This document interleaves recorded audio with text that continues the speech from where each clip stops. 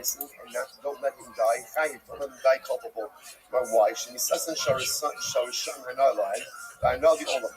the death of the wicked is good for them, because their death atones for them, and it's also good for the world.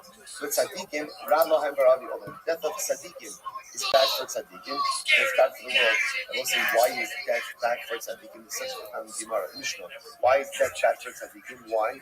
Because the Maisa, with death, they no longer have the ability to go ahead and perform nice and children. I will say, life is the greatest gift. As long as you're alive, you have the ability to just change yourself, change the world. So death for tzaddikim is a bad thing. Because with their death, they lose their ability to impact change. And it's bad for the world. You might say, Pisa, sorry, Yayin B'Shem and Yishan Hanaya, and Ganal. So also listen to this, wine and sleep, when you're shayim, is pleasurable for them, and it's good for the world. Why? Because if the shayim are drinking and they're sleeping, that usually means that what? They're not bothering anyone. Good. So be occupied with your wine, be occupied with your sleep, and go for it. But tzaddikim, I will say this is incredible. But for tzaddikim, wine and sleep is terrible for them and terrible for the world. This is not the time. This is why. Because when the tzaddik is drinking too much, or the tzaddik is sleeping, he's not accomplishing. And if the tzaddik is sleeping and not accomplishing, drinking and not accomplishing, it's bad for him and it's bad for him. We'll say, here it is, right? This is a riot to what we do. Sleep is bad. Sleep is really bad apparently. It feels so good. That's right. But apparently, again, it's not good if we want to be tzaddikim. Incredible. Pizra l'rishayim. So we'll say, pizra means, again, displacement. Displacement. We must say scattering. Is good for Rishayim and good for the world. In other words, if Rishayim are not together, if they're not concentrated, it's good for them because then they can collaborate with one another, and it's also good for the world. For tzaddikim, for tzaddikim, obviously again it's not good. It's not good because again when tzaddikim are together, they're able to go ahead and collaborate, and they're able to be a force amplifier. So for Rishayim, Pizar is good. Ultimately, for tzaddikim, it's not good. I will say it's also Pizar. So Pizar means literally again scattered. Pizar also means sometimes I will say no. A person could be in one geographic place, but they're in a million different emotional headspaces. And when a person is like that, we all experience things like that. It's very disjointed. It's very disjointed, and it's very hard to accomplish something when you're not self. Essentially, really what Pizar represents, let's do the opposite. It's the opposite. You might say kinos. Kinos for Rishayim Rala Henderali Olam. So kinos means gathering. When Rishayim are together, that's bad for them and bad for the world, obviously. Because then they can collaborate. For the tzaddikim, Hana Allahem, V'Hana Ali Olam.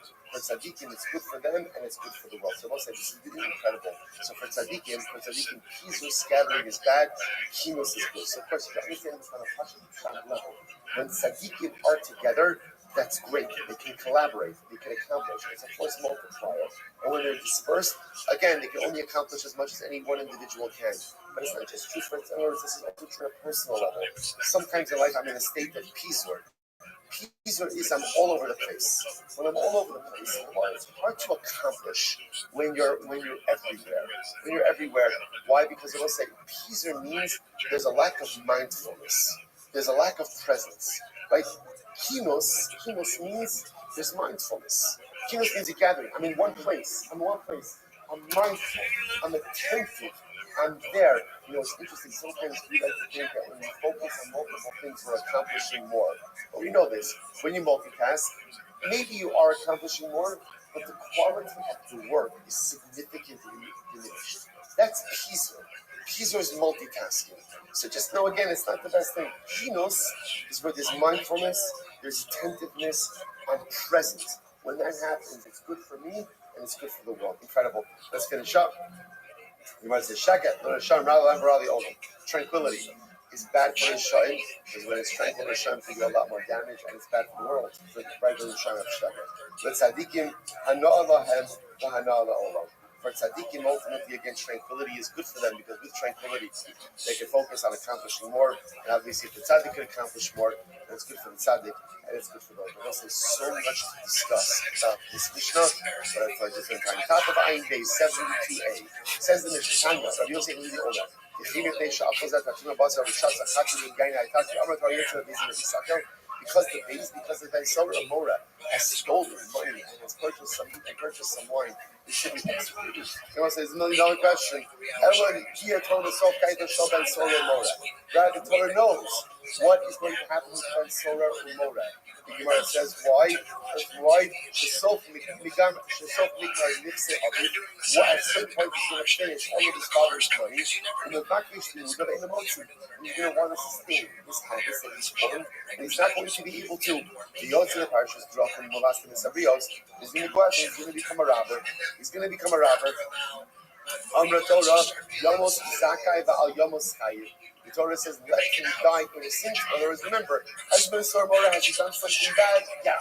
Because it deserved death? No. But the Torah sees where this type of behavior is going to lead to, and ultimately, again, he says, you know what? Kill him now. Kill him now before he becomes a real liability for himself and for greater society. He doesn't show tzaddikim ha'nor lahem ba'anor olam. The death of the shine is good for the shine. Again, kill this kid before he goes out and becomes a real society, and it's good for the world. And what's another way? It's so fascinating. But first of all, so this part comes back. I like that.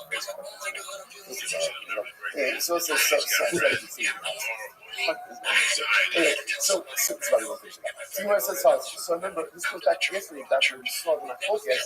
Did Ben Soramora happen? Did it not happen? So remember all of this together. So that's how my focus. I would say, but it struck me. Why do you say this, right? What's the hope of Ben Soramora? He's going to steal money. He's going to purchase meat and purchase wine. And we're afraid that when he finishes his father's money, he's going to go out and steal. I don't understand. Maybe he'll just get a job. Maybe he'll manage a hedge fund. You know, I don't know. Why do we automatically assume that he's going to continue stealing in order to support his habits? So I'll say, what do you see here? When you get used to not working, when you get used to handouts, when you get used to going ahead and supporting your lifestyle on the back of others, that is a very difficult habit. That's what's happening. So because this kid has never worked, in other words, it's one thing if he's an industrious young man. He likes nice things. He likes nice things. So what happens? What do? They hustle. He hustles and he wants nice meat and nice wine and nice food. Okay, you know what? That's fine. You're working hard for it. You're not worried about a kid like that. What we're worried about is just someone who's skilled. You develop that type of mindset from when you're young. They're like, ideally, the world owes you something, and you go out and you support yourself from other people's hard work. That's a terrible midah. And that's a midah that's not going to be great. That's the kind of person that when you run out of father sons, he's not getting a job. He's like, you know what he's doing? He's taking from other people. It's such a detrimental mindset. It's not just about the meat and the wine. It's about a feeling of entitlement. And you feel so entitled that you can take other people's stuff to support yourself. You know the worst midah that you have? The worst midah? Entitlement. Magia, you know, like sex. So Tante Rabbi pointed out that in Yiddishkeit, there are no lights. There's no bill of lights in Judaism. Right? The Torah doesn't entitle you to anything. And sex, you don't tell about life. In Yiddishkeit, there are only responsibilities. There's 613 responsibilities.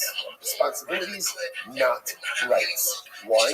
Because the Yid should never walk around giving. No one owes you anything. HaKadosh Baruch Hu doesn't owe you anything. And I will say, by the way, it sounds strange. It's like, wait a second, that's not true. People do owe me something. Right? People owe me cars. I tell people owe me this. Listen, the problem is, if you walk around feeling you're entitled, there's one thing you can be actively showing, which is you will be profoundly disappointed. So you can feel entitled. Everybody owes me everything. Okay, and when it doesn't come, you're going to get upset, you're going to offend, you're going to get hurt, you're going to do all these other things. Or walk around, you know what? No one knows you anything. Don't walk around with them like, yeah, we entitlement. That's what I again. In marriage, don't walk around feeling that your spouse owes you something. Your kids don't owe you something. Your parents don't owe you something. Your friends don't owe you something. When they do something, you will feel such a profound relief for yourself. That's beautiful. But again, you can sense with so much life disappointment. If to get rid of the feeling of hunger. And that's what's happening over here. You know what's the real danger of the Ben Solar in Noah? It's not the meat and it's not the wine. It's the walking around from a young age with the feeling of Jews don't have rights. Jews have responsibilities. Dispense with the feeling of entitlement in all of your life relationships and become much happier in all areas of life. Let's go back to it. So much Vanal Tzadikim, Tzadikim, right? Tzadikim, so Tzadikim, ultimately, again, death is bad for them and bad for the world. The Gemara says, Yayin, this is just the thing what we saw in the show. Yayin, Shino Yayin, sleep and wine, good for a show because then not causing problems. Shino Yayin, Rishon Hanola, Vanaviola, the Tzadikim, rather than Raviola, wine and sleep is not good for the Tzadikim. Why? Because they go to the Tzadikim if they're drinking or they're sleeping, they're not performing their nice and children. Shekat or Sham, rather than Raviola, tranquility is bad for the Sham, bad for the work, all the imaginations. Tzadikim Hanola Vanaviola. But Tzadikim is good. Tzadikim is good. These are the Rishon Hanola Vanaviola. So again, scattering, displacement is good for Rishon, good for the world. But Tzadikim rather have Raviola. Mishnah. Above Maktaris. What's the switching gears now? Above Maktaris is a thief. Above Maktaris means a thief comes in secret. I was saying that literally Maktaris, the way that actually understands it, the way the Gemara understands it over here, is a thief who comes in through tunneling. Literally, again, digging a tunnel right from somewhere into the house of the person who wants to rob. So above my parents, we're going to say something. Don't say something. If somebody now, the assumption is this is happening in the secret. The Torah says that if somebody breaks into your home, somebody into your home, you're allowed to kill them. You're allowed to kill them. Now we'll see why that is. The Gemara says so. The thief is judged based on what we believe he is going to be willing to do. So let's say Ruben broke into my home. And when breaking into my home, he broke a barrel. Also, if I'm not allowed to kill Ruben, it will be tough for this. Then Ruben is going to be tired for breaking the barrel. In Amo Damin Potter. But if at the end of the day I'm allowed to kill Ruben, then he's Potter for breaking the barrel. And listen, now why is that? That's a commitment to Rabbi. Since I'm allowed to kill him, he's tired of that. Because he's Potter for financial damages. Says the Gemara, I'm a Rabbi, my time, the Maktaras.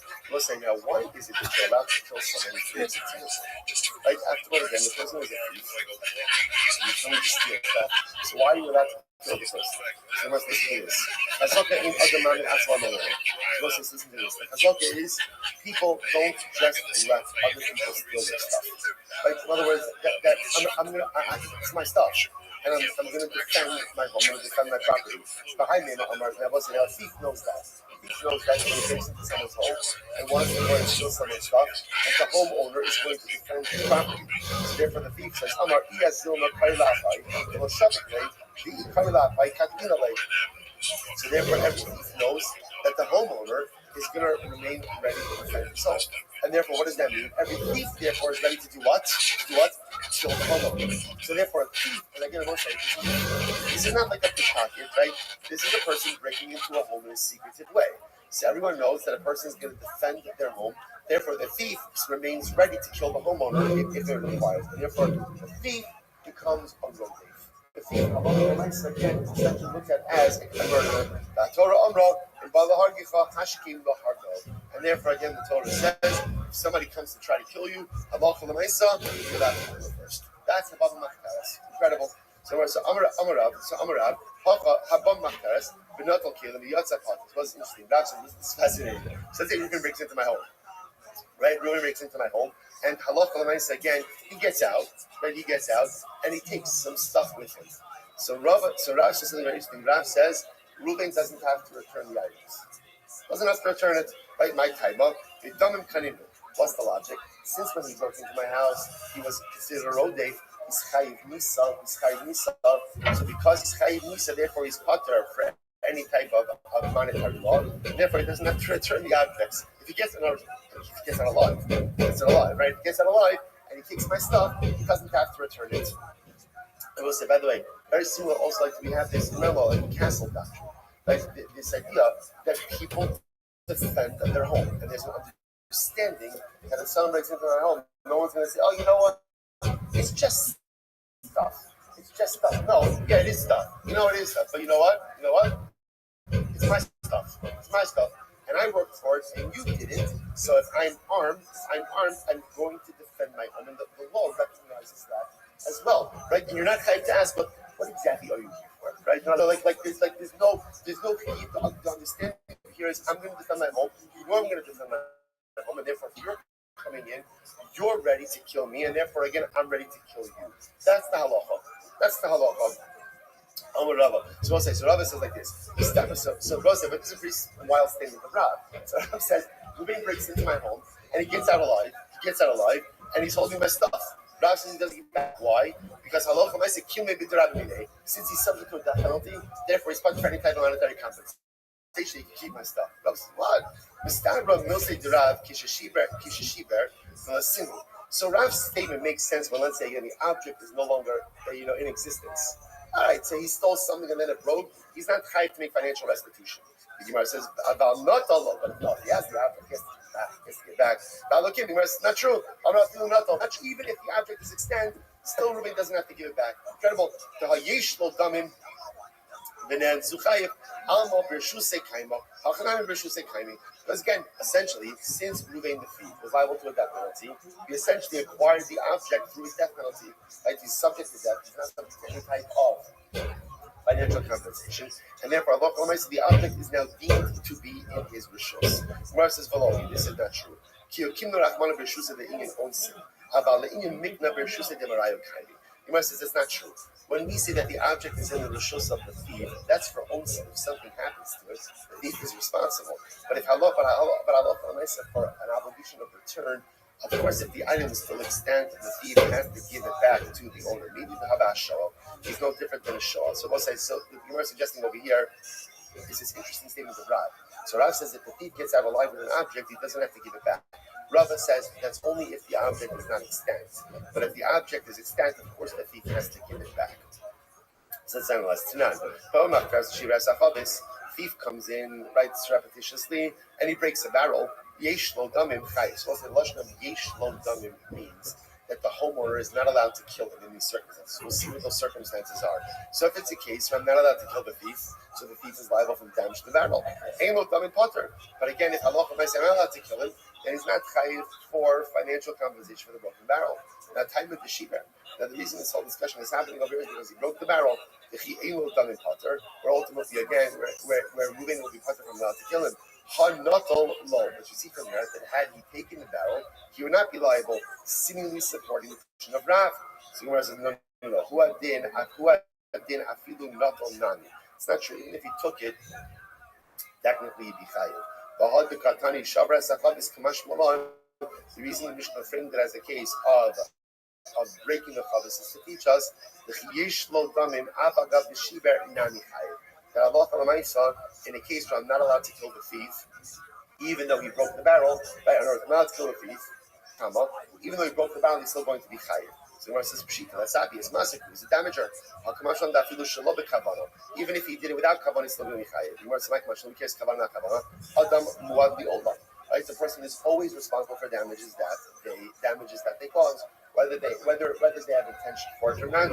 So Tanina, the Gemara says, Adam muad li'olam be'b'shogig be'meleizid be'ba'onis be'b'rasim. The person is always muad.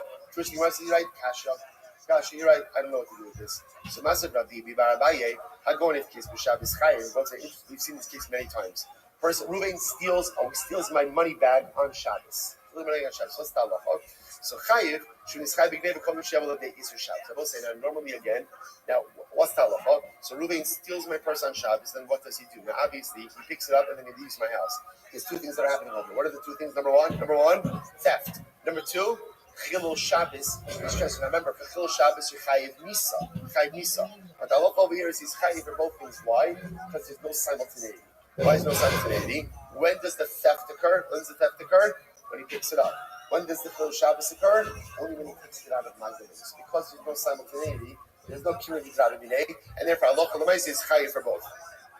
The Gemara says, "Hayu megarer v'yotzei potter." But if he dragged the money bag out, right? If he dragged it out, so that remember, you're only chayiv for Geneva when you lift the object or move it into a different domain. In this case, there will be simultaneity because he's dragging it. Therefore, at the moment that it crosses my threshold into Rosh Hashanah, both theft and Chilul Shabbos occur together. Shari Isra Gineva Isra Skila Ba'in Ka'ava. And the boss says, the Gemara says over here, what do you see from here? You see from here that Allah Kalamais again, right there's the Shadin Binara. And ultimately, again, Rashi says over here, the Hilchasa, violence of the Lebanon, Hadi Kani Patrick, go the Shadin Binara the less.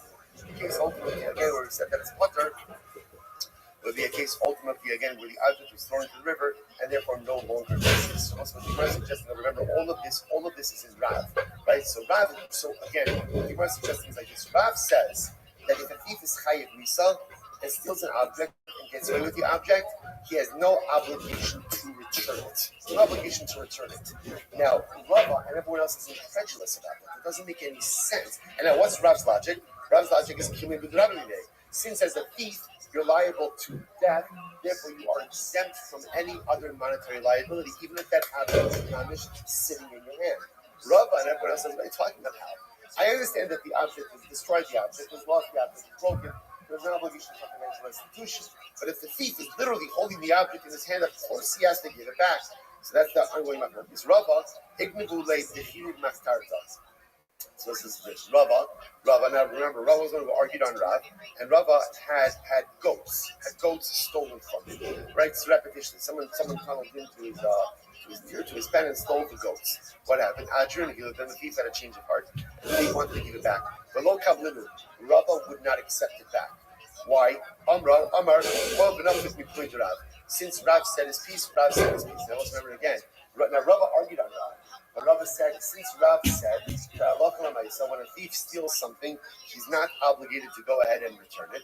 This was Rav's statement, and Rabbi says, even though I disagree with it, I accept it. Incredible story. So much to say about that, but for a different time. And listen, what I just want to point out is halacha though, just to be clear, we don't paskin like we paskin like Rav, but only when the object is no longer in existence. So if the thief goes ahead and tunnels in, steals an object and gets away. So again, he's going to be liable, but now technically speaking, obviously you can't kill him after the fact, right? But Lamaisa again, if the object is no longer in existence, the thief is not obligated to make financial restitutions. But if Reuben came in, stole my object, gets out, and then we find the object. If the object is still in existence, halach l'maisa, we don't pass like Rav, we pass like Rabba, and halach l'maisa, the object itself has to be returned. Incredible. All right, let's go. Tana Abanon. Ein lo damim mizarcha Hashem shalav. So the pasuk says that the homeowner, right, is not chayiv for killing the thief if the sun, literally again, if the sun is shining. The Gemara says, I don't understand. The Hashem shalav bilvad zarcha is the sun only shining on one person. What's the meaning of the pasuk? Ella in bar lecha davar kishemesh she'ein lo shalom infa hargei. Rather, what it means is like this: if you know with absolute certainty that the thief is there, if it's as clear as the sun that the thief is there to kill you, kill him first. Then lav, but if you're not absolutely certain, I'll target you. Don't kill it. I will say, now watch this. That's Bryce 1. Bryce 2, Tanya Idach. Zarcha Shemesh Alav, Damin. Techi Shemesh Alav Bilvad Zarcha, Ella. In Barlacha Kishemesh Yish Lo Shalom Imas. Rabbi Segmas says like this: if it is as clear as the sun that the guy loves you and is not going to kill you, then don't kill him. But if it's not as clear as the sun, Hargeyu, kill him. Rabbi said, the Gemara says, Kasha Stala Stala. Rabbi, you see what just happened over here? These are two dramatically different Bryces. Rabbi saying, Bryce number 1 essentially says like this: the only way you're allowed to kill someone is if what? Is if it is as clear as the sun that they are going to kill you. But if it is not as clear as the sun they're going to kill you, you can't kill them. According to the second Bryce, only if it is clear as the sun that the guy is not going to kill you, then you can't kill him. But if there's any suffix, you can kill him first. I will say, those are two pretty dramatically different Bryces. So what do you do with this? Lokasha, I'm a base. Well, I said this, I'm a base. We are great. I'm a base, 10 minutes to go. I'm a base. Kan ba'aval ben, kam the ben ala'at. Wow. What's the teaches? Everything depends on who the teaches. Right? One is talking about a father who's stealing from his son. And when a father steals from his son, it's absolutely certain a father will never kill his son. So if the son, now again, the father might steal from his son apparently, right? But the father is never going to kill his son. So if the son discovers, he wakes up, and his father's in his house, tunneling in, stealing stuff, the son is not allowed to kill his father. Because the son knows that a father will never take the life of his son. He may steal from his son. So what you see from here is, parents sometimes do mistreat their children. Right? After all, you see over here that you have a case of it. You can't say that a father won't steal from his son because apparently that does happen. So sometimes parents, knowingly or unknowingly, will mislead their children. But one thing you count on is that a father towards his child. A father will never kill his child. On the other hand, if his son breaks into his father's house, not so pashut. Not so pashut. Sometimes a son could kill a father. So I say such a heavy Gemara. So therefore again, if the thief is a father, the son knows with absolute certainty his father is not going to kill him, and therefore again the son has no license to kill the father. On the other hand, halacha when I say it's the son breaking into the father's home, the father we don't know. We don't necessarily know what the son may be prepared to do. Incredible. Called the Asyali Malay Machtara, Katlina Leila Bar Meirav, Hanina Bar Shila. This is interesting. So Rav said, anyone who breaks into my house, I'm going to kill, except if it's Rav Hanina Bar Shila. I'll say such an interesting compliment, right? In other words, anyone else who breaks into my house, I'm going to take him down, except if the thief is Rav Hanina Bar Shila. Mars, my time. What's the reason? Even we should be tzaddik. Maybe because Rav Hanina Bar Shila is a tzaddik, obviously we bring his other tzaddik. Ha'ka'asi b'machtara. Someone breaks into someone else's house. Ella, we should be killing the gadei. The merachim alai merachim avabayis. We'll say this is such a touching Gemara. Rav says because I know that Rav Hanina Bar Shila loves me like a father.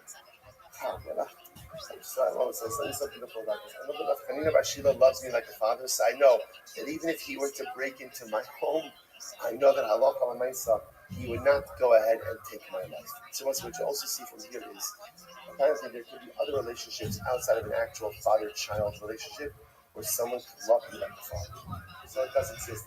There's nothing like a father's love. So a father's love is unique, a parent's love is unique, but apparently in life there are other people who could love me with that unconditional, non-judgmental love, like a father loves his son. Incredible, I will say. Incredible. So much to say about this, but I'm going to lose my job if I don't So tell Rabbanon. So Damim Lo, Bein B'chol Bein B'Shabbos. Ein Lo Dam Bein B'chol Bein B'Shabbos. So the Gemara says all of these halachas. So instead you say what we have over here is as follows. The metric we adopt is like this. If someone breaks into your home repetitiously, the understanding is that the person is going to stand up and defend their property, which means that anyone who's breaking into my home secretly is ready to kill me. Because ready to kill me, therefore what? I have the halachic obligation to kill them first. But when are you allowed to take the life of a thief? Only when you are not 100% sure that they come in peace. If I'm 100% sure that they come in peace, then I can't kill them.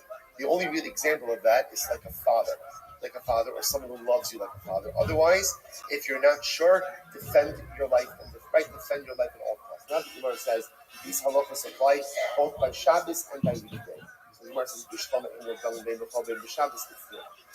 so ultimately, again, I understand I'm allowed to take the life of the thief, whether it's Shabbos or weekday. That makes sense. Why don't I need that qualification? It's just it's not like time, we need to have that everyday basin.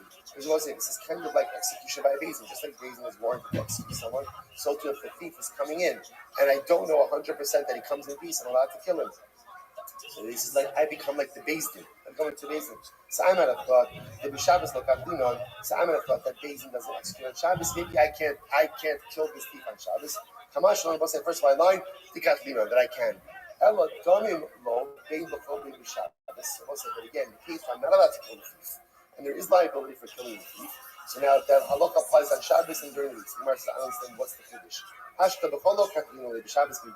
I can't kill him during the week, I certainly can't kill him on Shabbos. It means it's like this. We'll say, let's say somebody breaks into my home on Shabbos and then the wall collapses on him.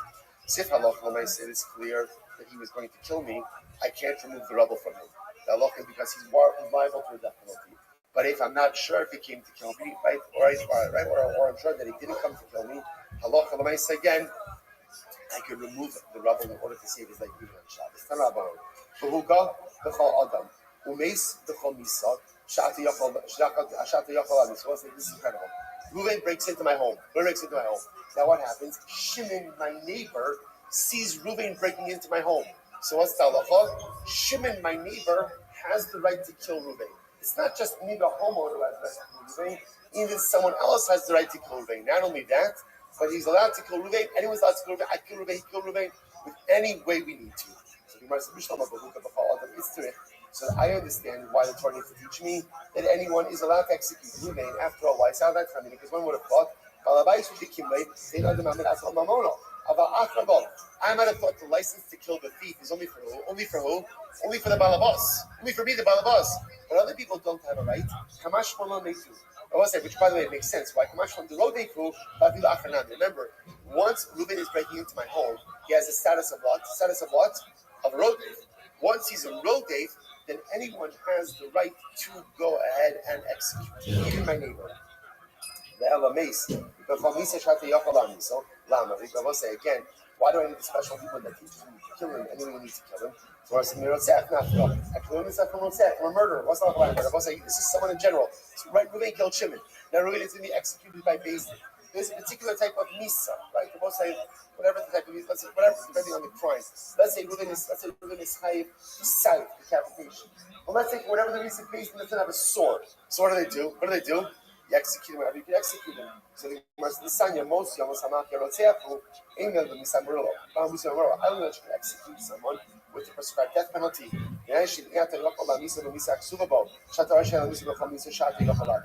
how do I know that if I can't execute Ruvain with the prescribed penalty, that I could go ahead and execute him however you can execute him? Most you must become. Plus it says execute him however you need to execute him. To which the Gemara says, no. So therefore, I will say, same thing over here. Buy the thief, kill him however you need to kill him. Which one says, no. Shiny Hassam, most you must. It's different because the execution of the Torah uses the lashon of most you must. And what is most you must? That double lashon teaches me that even if you can't give the proper death penalty, Beis Din has the right to execute him however you can execute him. I benigmar mine. So why don't you learn from this? Learn it from Rotzeach. That when someone is liable to a death penalty, just kill them however you can kill them. There's also Gol Adam. Remember again, right? Reuven kills Shimon accidentally. The relatives of Shimon have the right to seek revenge from Reuven. By Gol Adam also, they have the ability to kill Reuven however they want to do it. Say, what do you have over here? You have two psukim that teach you the same concept. What do they teach you? That whenever someone is liable to a death penalty, if you can't give them the prescribed death penalty, then what? You can kill them wherever you want. So we'll say, what is this called? This is called Shnei Ksuvin Abon Ke'echad. I have two mitzvahs, two halachos that teach you the same thing. So the Gemara says, now what's the halacha for Shnei Ksuvin Abon Ke'echad? Ein Malamdim. Also in general, whenever you have two psukim that teach you the same concept, you cannot create the principle from them. Machteres ini ela machteres gago chatzera v'kafi fuminayin. So therefore, we'll say again. But halacha l'maisa. So therefore, we will say. So again, we don't turn very important halachas from here. Number one. Not only is the homeowner permitted to kill the thief, but who else is? Anyone else. Why? Because the thief has the status of a road. That's halacha number one. Halacha number two. How do you kill the thief? How do you kill him? However you need to. Two important halachas. We'll say another part of halacha. Machteres ini ela machteres. We'll say I only know if the thief is tunneling in. The Gemara says, Gadol, Chasero, Karfi Fominai. How do I know that if he's coming through my roof, my chatzar, my carpet, how do I know? In other words, even if he's not tunneling, he's coming through a window that I could also kill him. Tawalomar, Yimatse Hagonav Mikamakum. Pasuk says Yimatse. However you find the thief, wherever the thief is found, without executing. Im came, Matamlo Machteres. That's easy. Why does the pasuk say Machteres? I just didn't want you to have tunnel. blank Just social back the media. normal way that it's done. Tanya Idak Machteres, any Machteres. I only know that if he tunnels in, head on if he comes into the window, through the clutch of the roof, Kavalomar, you must say Hagonov Mikomakum. I in came Matamor Machteres. So ultimately, again, if that's the case, then why does it say Machteres? Because Machtereso, so he has. So now what you want to do is take any if you're content that you have if you're tunneling, just know and that's put your it hasra. into graph. If you're tunneling, the Torah itself has already said that halach for Lamaisa, you are warned. Now, let's say we have to stop over here for today, but Lamaisa, this is not going to end. This is going to lead into the next sugya, which is: does the thief require hasra? Is there hasra necessary in this case? Where it suggests tunneling in, by definition, is your hasra? No, for that. So let's stop over here for today. Shkoyach. Titles with hashtags and descriptions with hashtags for your All right, video. on Zoom. I get to all of you. Jerry, mazel tov on your granddaughter's wedding. Mazel tov, mazel tov. on Zoom. Sorry, I'll ask you. I got the schedule today. When you have the results, send me Okay. Next. Go ahead. what Good. the responses were, and if they're good, then you can start uploading it to YouTube. Period. Does this make sense? Question mark.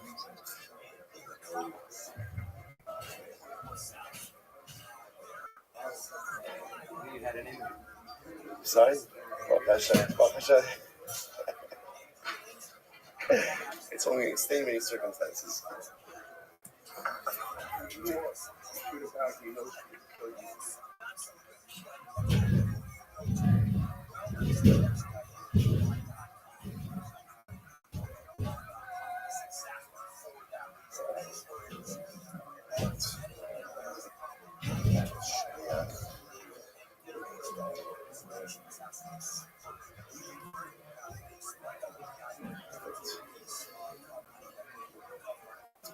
All right, Joel, say good morning. Good morning. Let us begin by thanking all of our sponsors for this morning. Should you think?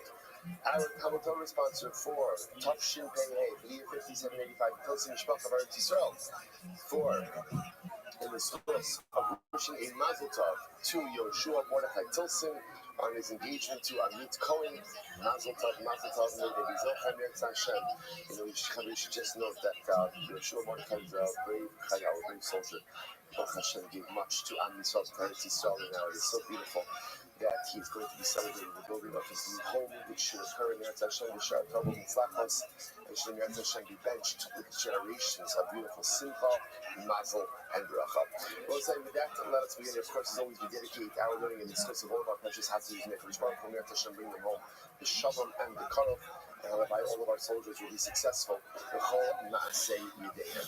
Well, today's daf.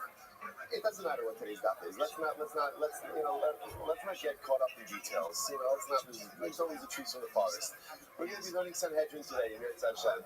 We're going to be starting on daf Ayin Aleph 71, and we're going to see in Eretz Hashem where the journey takes us. So we are picking up in Eretz Hashem on Ayin Aleph 71a. We're picking up about 12 lines up from the bottom. So the Gemara says, "Kiman azal hadisanya." Whose opinion is reflecting the following statement? So there is never such thing as a Bais Hanuga. Bais Hanuga means ultimately again a home that was afflicted by tzaras. So such a thing never happened, such a thing never will happen. Whose opinion is this? So the Gemara says, why is it written? If it's never going to happen, why is it written? Ultimately, in order to learn it and receive reward. Who does this opinion reflect? Ben Shimon. Like Ben Shimon. Look, that's Talmud on this side. It's not a non Shimon. Ben Shimon says, the Olam in Abai is Tamei, Achir, Kishtei Gris, and Ashtei Avon, Kishtei Salim. The Karen's office. So again, in order to have Saras and Olam, remember again, there's a whole topic with Saras in the house. Last year, Kodesh points out that Halacha and Saras in the home was not as much a punishment as much as it was a bracha. Because it actually points out before the Jews came into Eretz Yisrael, the indigenous nations there hid treasures in the walls of their home, and the truth is the only way you would know that those treasures were present was with saras, because that would require the removal of stones, and then one would see the treasure literally again that was buried behind. So again, in order to have saras in the home, you need to satisfy so many different criteria. It has to be like two greases. A grease is a measurement. Ashtei Avanim on two different stones, the Shtei Ksavim on two different walls, the Karen Zavis. So essentially you have to be in a corner. Arko Kishnei Grisin, Verafo Kishgris, you have to have a length of 2 grisin, a width of 1 gris. So my time is Rabbi. So what's Rabbi Shim's logic? Why does he say this? Ksiv Kir or Ksiv Kiros? Because the pasuk is talking about Saras on the home, it says it appears on a wall, and then it says it appears on walls, plural. So you must say, Ezivu Kir, Shuki Kiros, what ultimately again is a home, what is a wall that is like walls, plural? Havi Omer Zekar and Zavis. This refers ultimately again to a corner. So Tanya Amar Tzaddik. So we'll say, so Rabbi Tzaddik says, Makom Hayef Betchum Azah. But they're in the place in Azah, and they call this place in Azah Chulvasa Sagirta. So again, interestingly enough, Rashi points out that here Chulva is Mitzora. Chulva is called Mitzora. So essentially what the Rabbi Tzaddik is saying is, there was Mamish a home that was known to have tzaras, Amr Shimon, Ish Kfar Akko Prama Katalakti Begov Begalil, for Isi Makom Shemit Simon also Amru, Abanim Lumigos, Kinu Isham. So maybe Shimon Ish Kfar Akko says, one time I went to the Galil, and in fact I found a place where they were storing stones that they said were removed from a home afflicted with tzaras. So let's say, so once again you see this tension. On one hand, first thing you're saying, there was never a home with tzaras, never happened, too much specificity. The other thing is saying that Allah said, no, we actually saw a home with tzaras. Beautiful. Much to say on this, but we'll cover a little bit of ground before we get into some life lessons. Says the Mishnah, Hayachman Gidin, O Higer, O Ilain, O Suma, O Chirish. So it says, we saw in the last sugya that in order for a child to become an Solar Mora, Lashon of the Gemara was, the parents have to be Shabbat. Parents have to be quote unquote equal, right, or similar. Now, the only thing I was talking about over there was that parents have to be Shabbat, they call the Mara Ubakoma. They have to be Shabbat, they have to be similar in literally, again, their voice, their height, and even in their appearance. Now the Mishnah goes on to more technicalities. If one of the parents was a Gidin, Rashi points out earlier as Gidin is they're missing a hand, an amputee, or Chiger, or they're crippled in their leg and therefore can't walk, or delay, or mute, or sumo, or blind, or cherish, or cherish generally means deaf mute. Eno nasa ben soramora. The child can't become ben soramora. This is a technicality. Now, why is that? Shneimar, because listen to this. The tough subo of a vimo, the pasuk says his parents will grab him. For no giving. Obviously, in order to grab him, they need hands. So if they're missing a hand, then Allah myself, kid can't become a ben soramora. ROTHSCHILD also, they will take him out. So therefore, again, if they lack a leg, lack an ability to go ahead and remove him, they can't take him.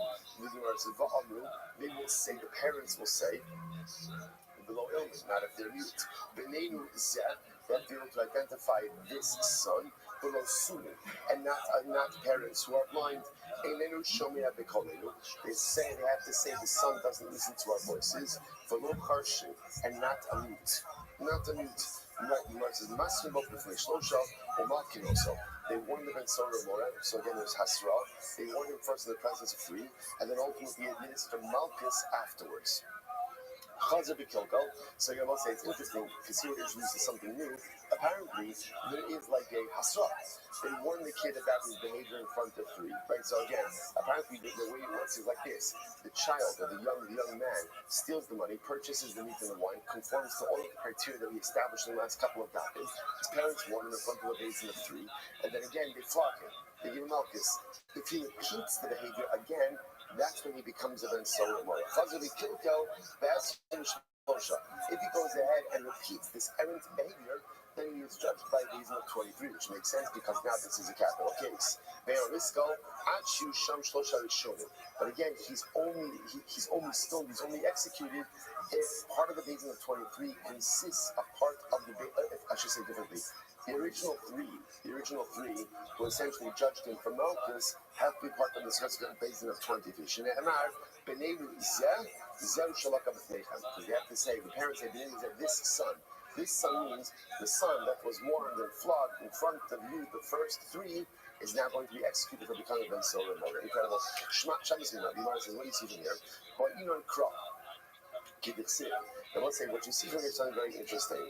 That halakha l'maisa, when a pasuk is written a certain way, that's the process that has to be followed. In other words, let's say, what does this mean? So you would have thought like this. If you look at this pasuk of Ben Sora Mora, right? So the pasuk says, the tafsubo aviviro, his parents will take hold of him. V'altziu also al ziknei iro, thou sham kamo, and they will take him out right to the basin. And they say. Now, if you notice, what's happening over here, if you notice, there's a very literal interpretation of the pasuk in here, right? That literally they have to be able to grab it.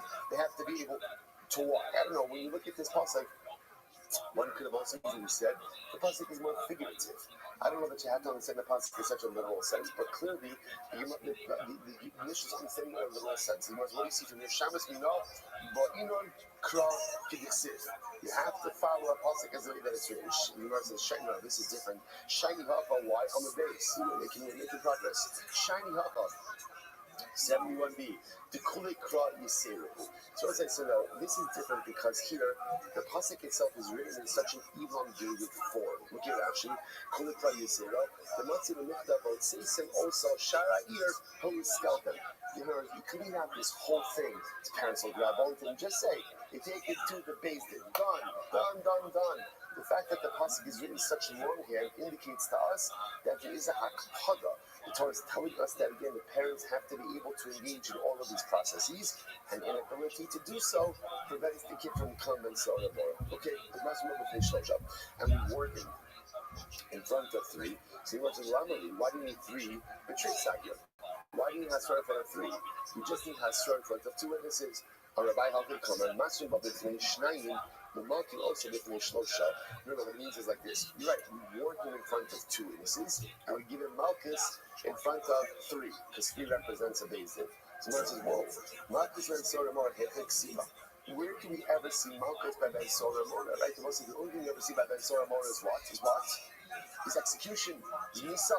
Where are you getting Malchus from a Ben Soramor? Right? Kid Rabbi Avot, but not with the Yisru. So I say you make it Zera Shabbat. The Yisru. So it says the Yisru also, the Yisru Ben Soramor, right? And then it says the Yisru by Malchus. And then again, the Yisru Ben, Vayam Ben HaKol Tzarasha. So essentially there's a Zera Shabbat between Malchus and between Ben Soramor to teach us that first time offender, right? First time offender Ben Soramor gets Malchus. Okay, incredible. He must have Chazav and killed them. So again, the Ben Soramor once again repeats his negative behavior again. You judge this time in front of a reason of 23 because now it is effectively a capital case. So the Gemara says, Haimi Boile, Zeh, some Margashins, B'nei Zeh. That's how the Gemara Gashin, that's how Gashin before the Mishnah. So 1 second. Haimi Boile, Zeh, V'lo Surim. Now remember again, but we already used that Zeh. That Zeh was already Gashin to teach us what?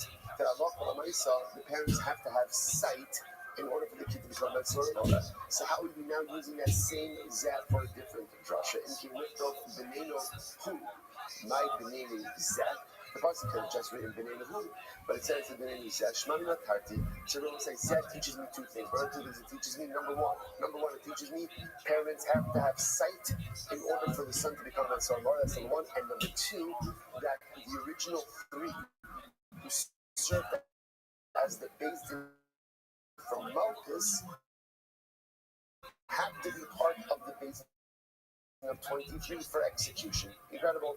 Mishnah, Baruch Ashlan in Radino, the Afrikat Heket Zaki Zakan Takto Potter. Okay, so now it's almost interesting. There's like a window. What's the window? It has to be like a katan samach, which essentially is you can only become Ben Soramora immediately upon reaching adulthood. And the metric for that, the Gemara says, essentially was what the Gemara called like a beard of pubic hair, a ring of pubic hair. So the Mishnah raised a very interesting point over here. Let's say a kid is accused of being a Ben Soramora, right? And when he is brought to Beis Din, he's of the age where it's appropriate. In other words, where you could be a judge of the Ben Soramora. And then what happens? He ran away from Beis Din. He escaped from Beis Din. Before the verdict was passed. And then what happens? They find him again. They want to bring him back to Beis Din. But by the time they bring him back to Beis Din, he has further physically matured. What's the halacha? Potter. In other words, he's aged out of Ben Solar Umurad, and therefore again, so the interesting part, remember again, this is because he escaped before his verdict. So if he escaped before his verdict, by the time we get him back to Beis Din, he's already too physically mature, right? What we call the Zakana Takto has already formed. He's out. He's free on a technicality. But on the other hand, if let's say the kid came to Beis Din, was judged, verdict was passed, but he escaped before execution, and then we find him afterwards, even though now he possesses more signs of physical maturation, we can still execute him. Incredible. So the Gemara says, Ben-Noach Shebir Ches Hashem. Interesting case over here. So let's say the Ben-Noach, a non-Jew, who cursed HaKadosh Baruch Hu, Chas v'Shalom. And then what happens? The Afrikat Miskaya. Then he converted. What's the halacha? Potter. Thank you, very positive. Why? What's the logic? Let's look at the logic. Holo B'Nishtana Dino, Nishtana Misaso. Because you want to say that halacha l'maisa, his whole framework changed. Remember again when he was at Rashi points out something very interesting. So literally translated, since his legal ramifications or his legal framework changed, therefore his verdict changed as well. Take a look at Rashi. Hold the stand given stand misaso. Even may currently do the idafot of the dying echad below Asral. You know other hashkaf on Asral. This on Hedru Shachal Timothy. As a Ben Noach, right? Ben Noach is judged with one witness, one judge, right? One judge, and no hasra. A Jew is judged with a basin of 23 hasra and everything else. So therefore, again, since now he's converted, since his legal framework changed, therefore what? His din is his halacha changed as well. Incredible. So the Gemara says, "Ne'er Messiah, Baruch Achlo Nigmadina." So once our Mishnah seem to support the same idea. If the Ben Sor Mora, if he escaped before the verdict was delivered, and before again, and then when they found him, he already exhibited signs of further physical maturation. His butter might have a what's the reason? Because he changed. Since he physically changed, therefore what? His din changed as well. So Shmuel says, no. The Ovid Hashtala Barkitalu. No, it's different. Why? Because now he's in a state where if he had committed that very same crime, right? As a child, or as a young man with enhanced signs of physical maturation, if he were to steal that same money and buy meat and buy wine, he would not be chayiv at this stage. That's why if he escapes before the verdict, he finds him later on, he's going to be potter. So Tashma, so ultimately, Yo, what up, Elio? if they deliver the verdict, Can you hear me? he's executed, and then they Elio. and by the time that they find him, he was already exhibited Elio. physical maturation. What's that? He's chayiv. Now, why is that? Elio. Because again, Allah says verdict was passed. Can you hear me, big dog? Of course, he's going to be chayiv. So what a tremendous Musa Haskell. So from Ben Noah curses up on his father, and then he convicts. What's halacha? He's not subject to a death penalty. Why? Because he was rushing of the his din changed, and therefore his death penalty changed. Yo, Elio. Elio. Can you hear me, big man? Yo, Elio. Big dog. Unmute your mic. Let's talk, big man. Hello? Can you hear me?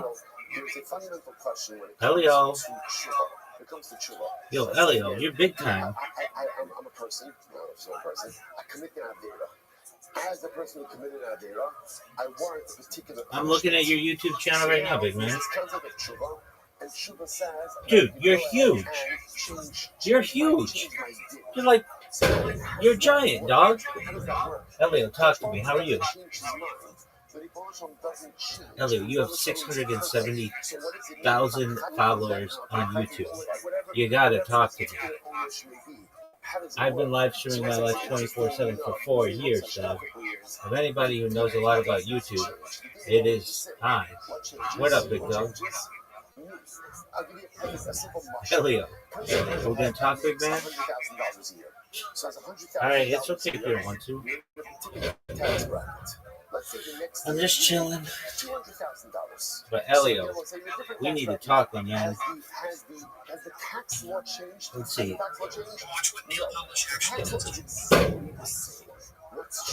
I'm watching right now, Elio. Here we go. Here's your channel. Look at you, baby. Word, dog. That's true.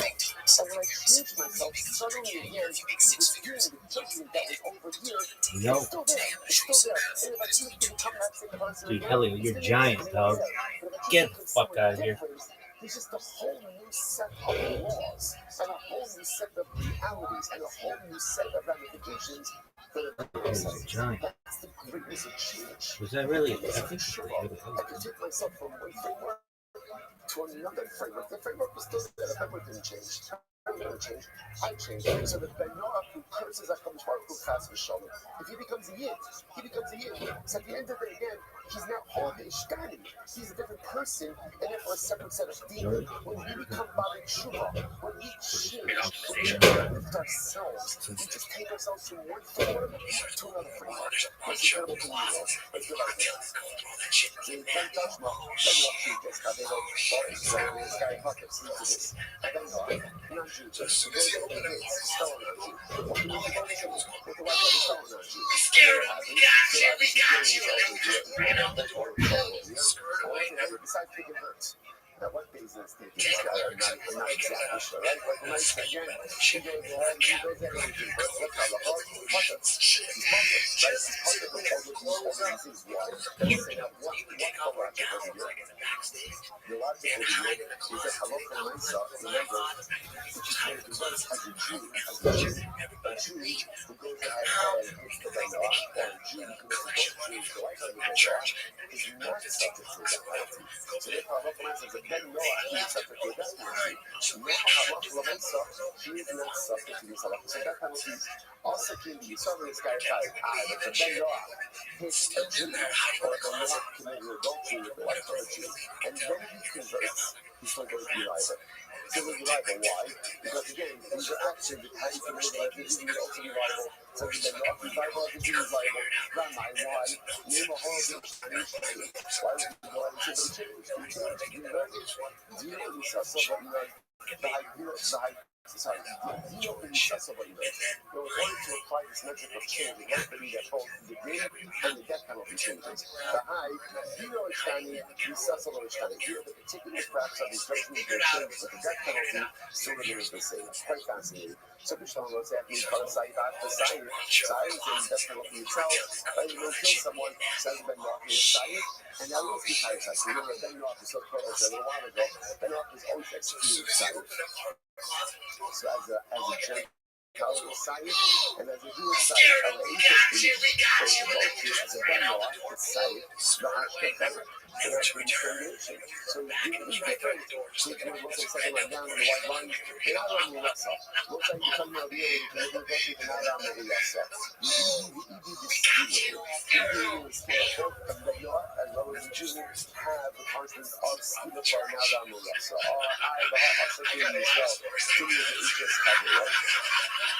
I, but if you look at this sin act with yourself, comparable to interest cover. Ella, cover the so it's a Rabbi say again, interestingly enough, the more lenient penalty is automatically dragged below or included with a more severe one. How do you come to that one? Let me say cover. The fact that Rabbi say that Sayyid is more common than Sayyid. And the thing that can cover might be there. We had all these charges before. But the thing that Julie says that strangulation is more common than Sayyid. What do you mean to say? Rabbi Shimon said, well, he didn't answer. The Amar, Homi Samur, B'Mira, Eila, Ela, Chene. What's really how this not focus?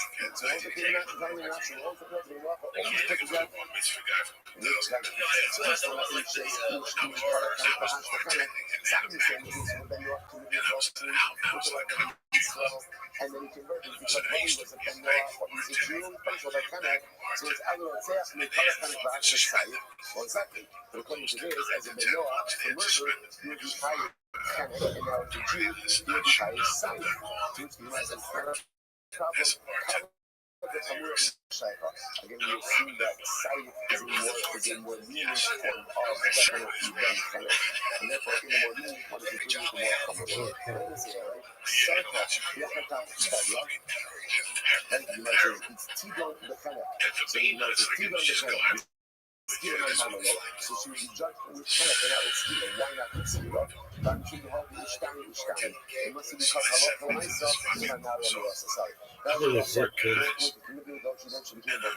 So that's how she's judged with Khaled. Right, the mercy, why not steal it? But she would hold Ishtani. Because she changed from now to the question of Ishtani the guy. And the most instance where the change was complete. And when we open up, you cannot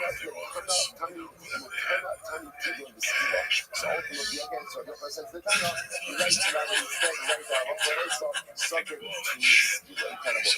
Also, what you do, boy, you take one side, what you take away, what you take away, this. The Allah basically said, please let Surah more, and he brought today's day. And then he escapes. And you find him later on, what do you do with him? So the answer is, it depends. If his verdict is passed, like when you escape before execution, when you find him, you execute him. If he escapes before the verdict was passed, then what do you do? Depends. If you find him before he develops for the time of physical maturation, then you pass the verdict and you can kill him. But if you escape before the verdict was passed, and now he develops further signs of physical maturation, since he has changed, right? Things have changed, you can no longer judge him as if they say anymore. And there's other cases like that. Under the law who curses HaKadosh Baruch Hu and then converts, and the law who goes ahead and hits his friend, right? Or commits adultery and converts. Similar types of cases. Let's go. Let's say this interesting. This mission feels like it should be the beginning of this entire paragraph. But okay, we're going to read it. So you can actually so far. And then Solomon is executed, not as much because of what he has done, but because of what we are concerned he is going to become. And that's a Yomos is after about the Messiah, let him die innocently, and don't let him die. Don't let him die culpable. Not why. Because the death of the wicked is good for them. Because the death atones for them, and it's also good for the world.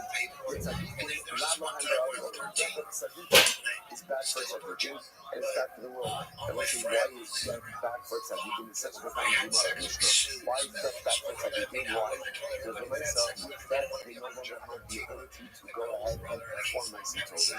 We'll say life is the greatest gift. As long as you're alive, you have the ability to change yourself, change the world. So death for tzaddikim is a bad thing, because with the death, you lose the ability to have change. And it's bad for the world. Because says, Pizza, sorry, Radio, Yain Bishinu, Shanana, and Radio, also listen to this wine of sleep, when you're shutting, it's pleasurable for them, and it's good for the world. Why? Because if they're shutting or drinking and they're sleeping, the issues that lost, they're not bothering anyone else. So you have to find why you have to get with your sleep, and go for it. But Sadis, you're a Rabohem, Radio, also listen to this, but for Sadis, wine and sleep is terrible for them, and terrible. Is not profound. The tzaddik is drinking too much, or the tzaddik is sleeping, is not accomplishing. And if the tzaddik is sleeping, you're not accomplishing drinking, you're not accomplishing, it's bad for him, and it's bad for him. So here it is. This is the right of what we do. Sleep is bad. Sleep is very bad, apparently. It feels so good. Because by the time we are doing it's not good if we want to keep tzaddikim. Because the keys are going to show, so what's like keys means, again, displacement. You know, it's a scattering. It's good for a shot and good for the world. In other words, if you're shutting are not together, if they're not concentrated, it's good for them because then they can't collaborate with one another, and it's also good for the world. So tzaddikim, Rabbi and the Rabbi. For tzaddikim, obviously, again, it's not good. It's not good because again, when tzaddikim are together, they're able to go out and collaborate, and they're able to reinforce them with fire. So for shutting Caesar is good.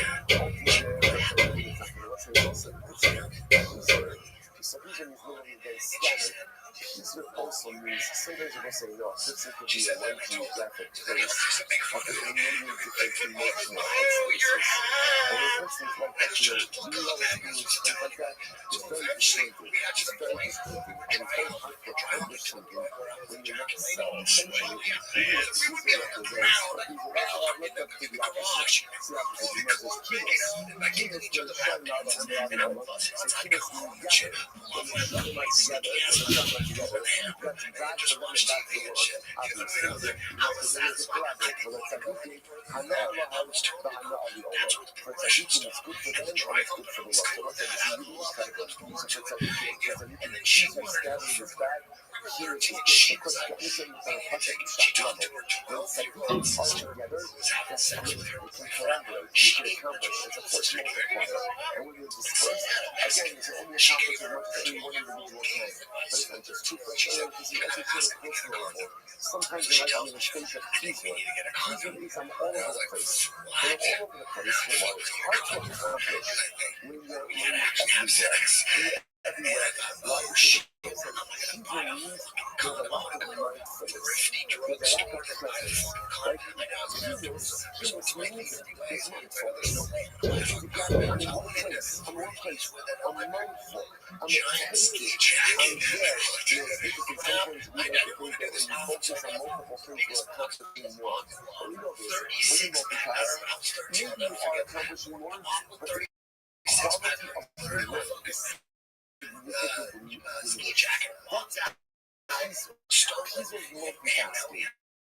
So just know again, that's the best thing that he knows is with his mindfulness, his attentiveness, on presence. When that happens, it's good for you, and it's good for the world.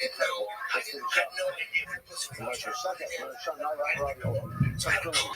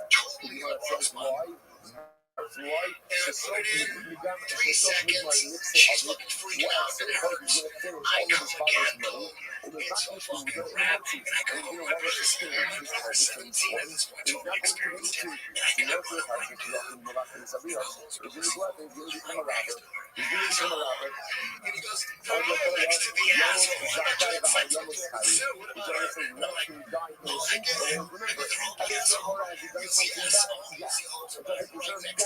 No, but the Torah sees where this type of behavior is going to lead to, and ultimately again, says, you know what, killing now. The Torah becomes a real liability for myself and for greater society. Because the death of your son is good for the son, can kill this kid before he goes and becomes a real menace to society. First of all, so this part comes back. It's like the first part is back. So it's a subjective civil accent. It's hard to know. So remember, this was that yesterday, and so when I spoke yet, and so what happens, not happens, so all of this together. That's how I learned my focus. And so they struck me, why is it what's all this about ceremony? He's going to steal money, he's going to purchase me, he's going to purchase one. And when he finishes his father's money, he's going to go out and steal. I understand. Maybe he'll just get a job. Maybe he'll marry some hedge fund. I don't know. But why are you automatically assuming that if you're stealing what is to support these habits?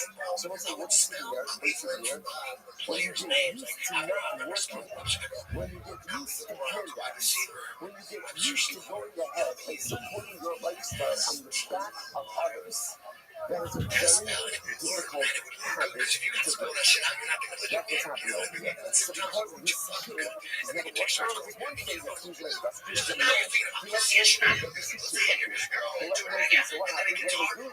They hustle. He hustles and he wants nice meat and nice wine and nice food. It's fun, you're working hard for it. We're not worried about a kid like that. What we're worried about is someone who steals, who wants to support a habit. You develop that type of mindset from when you're young, that like you might be to really expose you something, and you go and you support yourself from other people's hard work, that's a terrible move. And that's a new guy that's not going to be broken. That's the kind of person that when they run out of father's guns, he's not getting a job. He's going to know what he's doing. Speaking of other people, it's such a detrimental mindset. It's not just about the meat and the wine. It's about a feeling of entitlement. That you feel so entitled that you can take other people's stuff to support yourself. Listen, you know the word Muda or the word Muda? Entitlement. Magia is all in sex. So try to get love and point it out. There are no rights. There's no bill of rights in Judaism, right? The Torah doesn't entitle you to anything. There's sex, you don't say about the rights, but in Yiddishkeit there are only responsibilities. There's 613 responsibilities. Responsibilities, not rights. Why? Because you should never walk around feeling entitled. No one owes you anything. After the Shtar, who doesn't owe you anything? And listen, by the way, it sounds crazy, but people owe you something. People owe you cars. I tell people, let's say, the problem is if you walk around feeling entitled, there's one thing to be absolutely sure of, which is you'll be profoundly disappointed. Profoundly disappointed. So you can feel entitled, like, yeah, everybody owes me everything. Okay, and when it doesn't come, you're going to get upset, you're going to get offended, you're going to get hurt, you're going to all these different things. Or walk around, you know what? No one owes you anything. No one owes you anything. Don't walk around with them like you are an entitlement. I said what I said, in marriage, don't walk around feeling that your spouse owes you something. Your kids don't owe you something. Your parents don't owe you something. Your friends don't owe you something. It's beautiful if they do something for you, and then when they do something, you will feel such a profound weight of That's beautiful. But again, you can dispense with so much life disappointment if you get rid of the feeling of entitlement. And that's what's happening over here. You know, the danger of the Ben Soda or water? It's not the meat, it's not the water. It's the walking around from the young age with a feeling of entitlement. Jews don't have rights. Jews have responsibilities. Dispense with the feeling of entitlement in all of your life relationships and become much happier in all areas of life. Let's realize it. So much of an hour, tzadikim, ultimately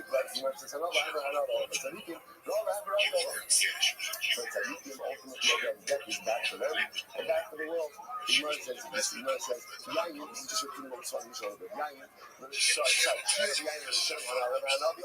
sleep and wine are different because then they're not causing problems. But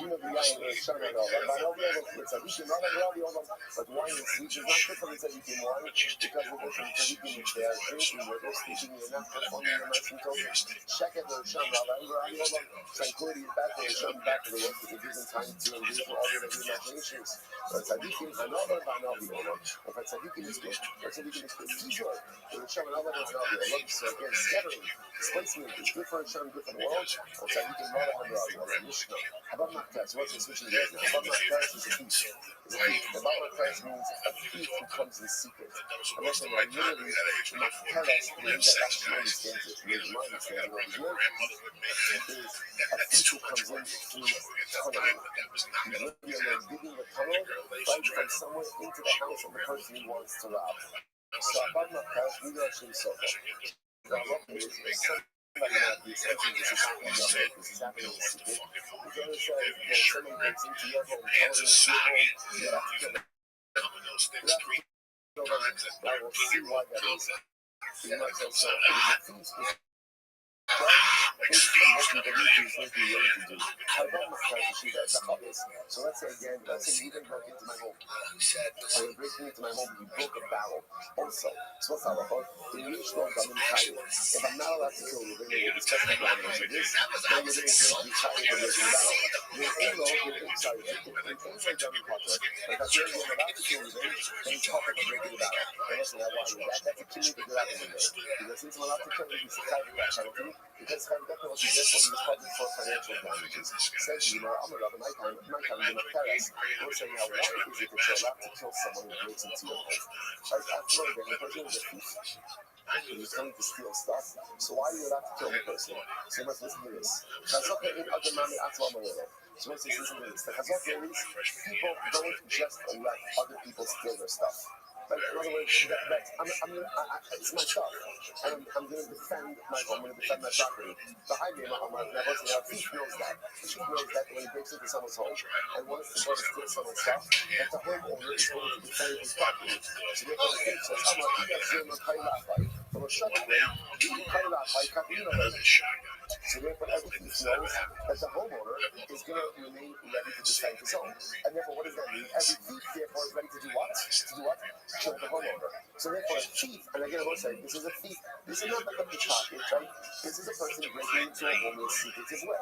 So everyone knows that a person is going to defend their home. Therefore, the thief remains ready to kill the homeowner if it requires. And therefore, the thief becomes a losing. The thief, Allah again, is essentially looked at as another and therefore, again, the Torah said, if somebody comes to try to kill you, Allah you're allowed to kill him first. That's the Baba Machtaras. Incredible. So it's Amarav, Habab Machtaras, the Knuckle King, and the Yatsa Party. What's interesting? That's fascinating. Something you can bring into my home. Well, you want to into my home, and Allah again, he gets out, and he takes some stuff with him. So that's just really interesting. Rav says, Reuben doesn't have to return the items. Doesn't have to return it. Like my kaima. He's done in Kanizim. What's the logic? Since when he's walking to my house, he was considered a road gate. He's Chayiv Nisa. So because he's Chayiv Nisa, therefore he's pucker for any type of monetary law. And therefore he doesn't have to return the items. If he gets it on, he gets out alive. And he gets my stuff, he doesn't have to return it. And he said, by the way, very similar also like we have this, remember, like the castle doctrine. Like this idea that people defend their home. And there's an understanding that it's something like their home, no one's going to say, oh, you know what? It's just stuff. No, it's stuff. You know what it is? But you know what? It's my stuff. And I worked for it, and you did it. So if I'm armed, I'm going to defend my home. The law recognizes that as well. But you're not that gas, but what exactly are you using? Like, whether it's expensive stuff, inexpensive stuff, maybe it's something people are saying, no, there's no, if you're deep understanding over here is, I'm going to defend my home, you're going to defend my home, and therefore you're coming in, you're ready to kill me, and therefore again, I'm ready to kill you. That's the halacha. So Rabbi says like this. So Rabbi says, this is a very wild thing in the Rabbi. So he says, Reuben breaks into my home, and he gets out alive, and he's holding my stuff. Rashi doesn't have to give it back. Why? Because halacha makes it chimney to get out of the way. This is subject to restoration, therefore it's like very kind of monetary compensation to keep my stuff. That's why. The Stavra music without Kishishiba, to a singer. So Rab's thing makes sense, but let's say the object is no longer in existence. Alright, so he stole something and then it broke. He's not tied to a financial restitution. Right, so I'm not talking about, but not yet. That's it. Back. Now look at me. Not true. Although you not true. That's even if the object is extended, still doesn't have to give that. Incredible. The Hayish will come in.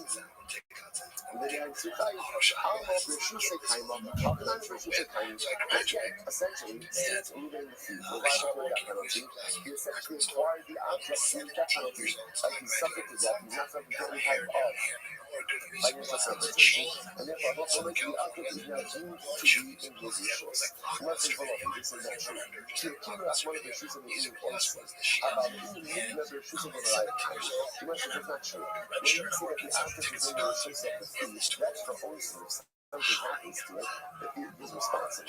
But if Allah makes it for an obligation of return, of course, if the item still expands and the thief has to give it back to people, and people have that show off.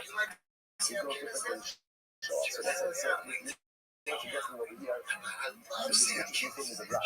So that's it. If the thief gets out of a light of an object, he doesn't have to give it back. Like I said, then only if the object is not extant. But if the object is extant, of course, the thief has to give it back. So it's very like, it's not. But I'm not sure. She has a bucket. She comes in, he breaks repetitiously, and he breaks a battle. Reach low dummy fights. So the lesson reach low dummy means that the homeowner is not allowed to kill the thief, so the thief is liable for damage to battle. And he will dummy puncher. But again, if Allah says I'm not allowed to kill him, then he's not chayiv for financial sums which would have broken battle. That's how the Shiba, when he thinks so, it's something is happening, the world is going to break the battle.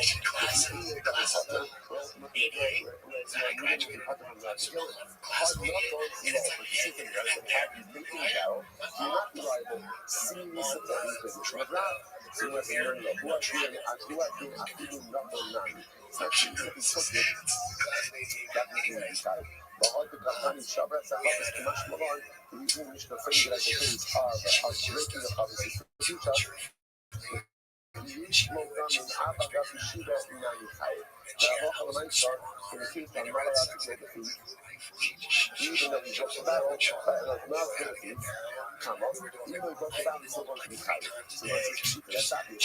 He's damaging. Even if you did it without kavanah, it's still going to be chayiv. What's like much when he gets kavanah, Adam muad yivot.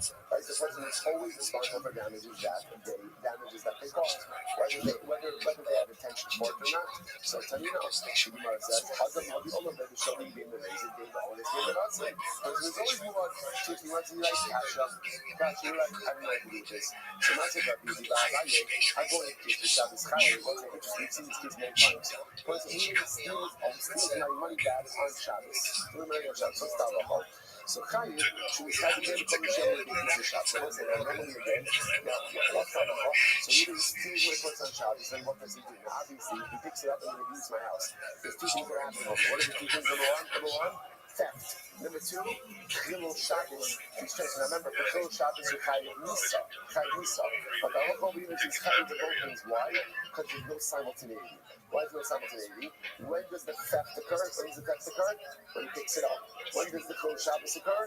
Only when he takes it out of my beliefs. Because there's no simultaneity, there's no Chilul out of the way, and if I look at he's Chayiv for both. The Gemara says, how you began it, but she dragged the money back out. Right? You dragged it out. So that, remember, you're only chayiv before the neighbor when you lift the object or move it into a different domain. In this case, there will be simultaneity.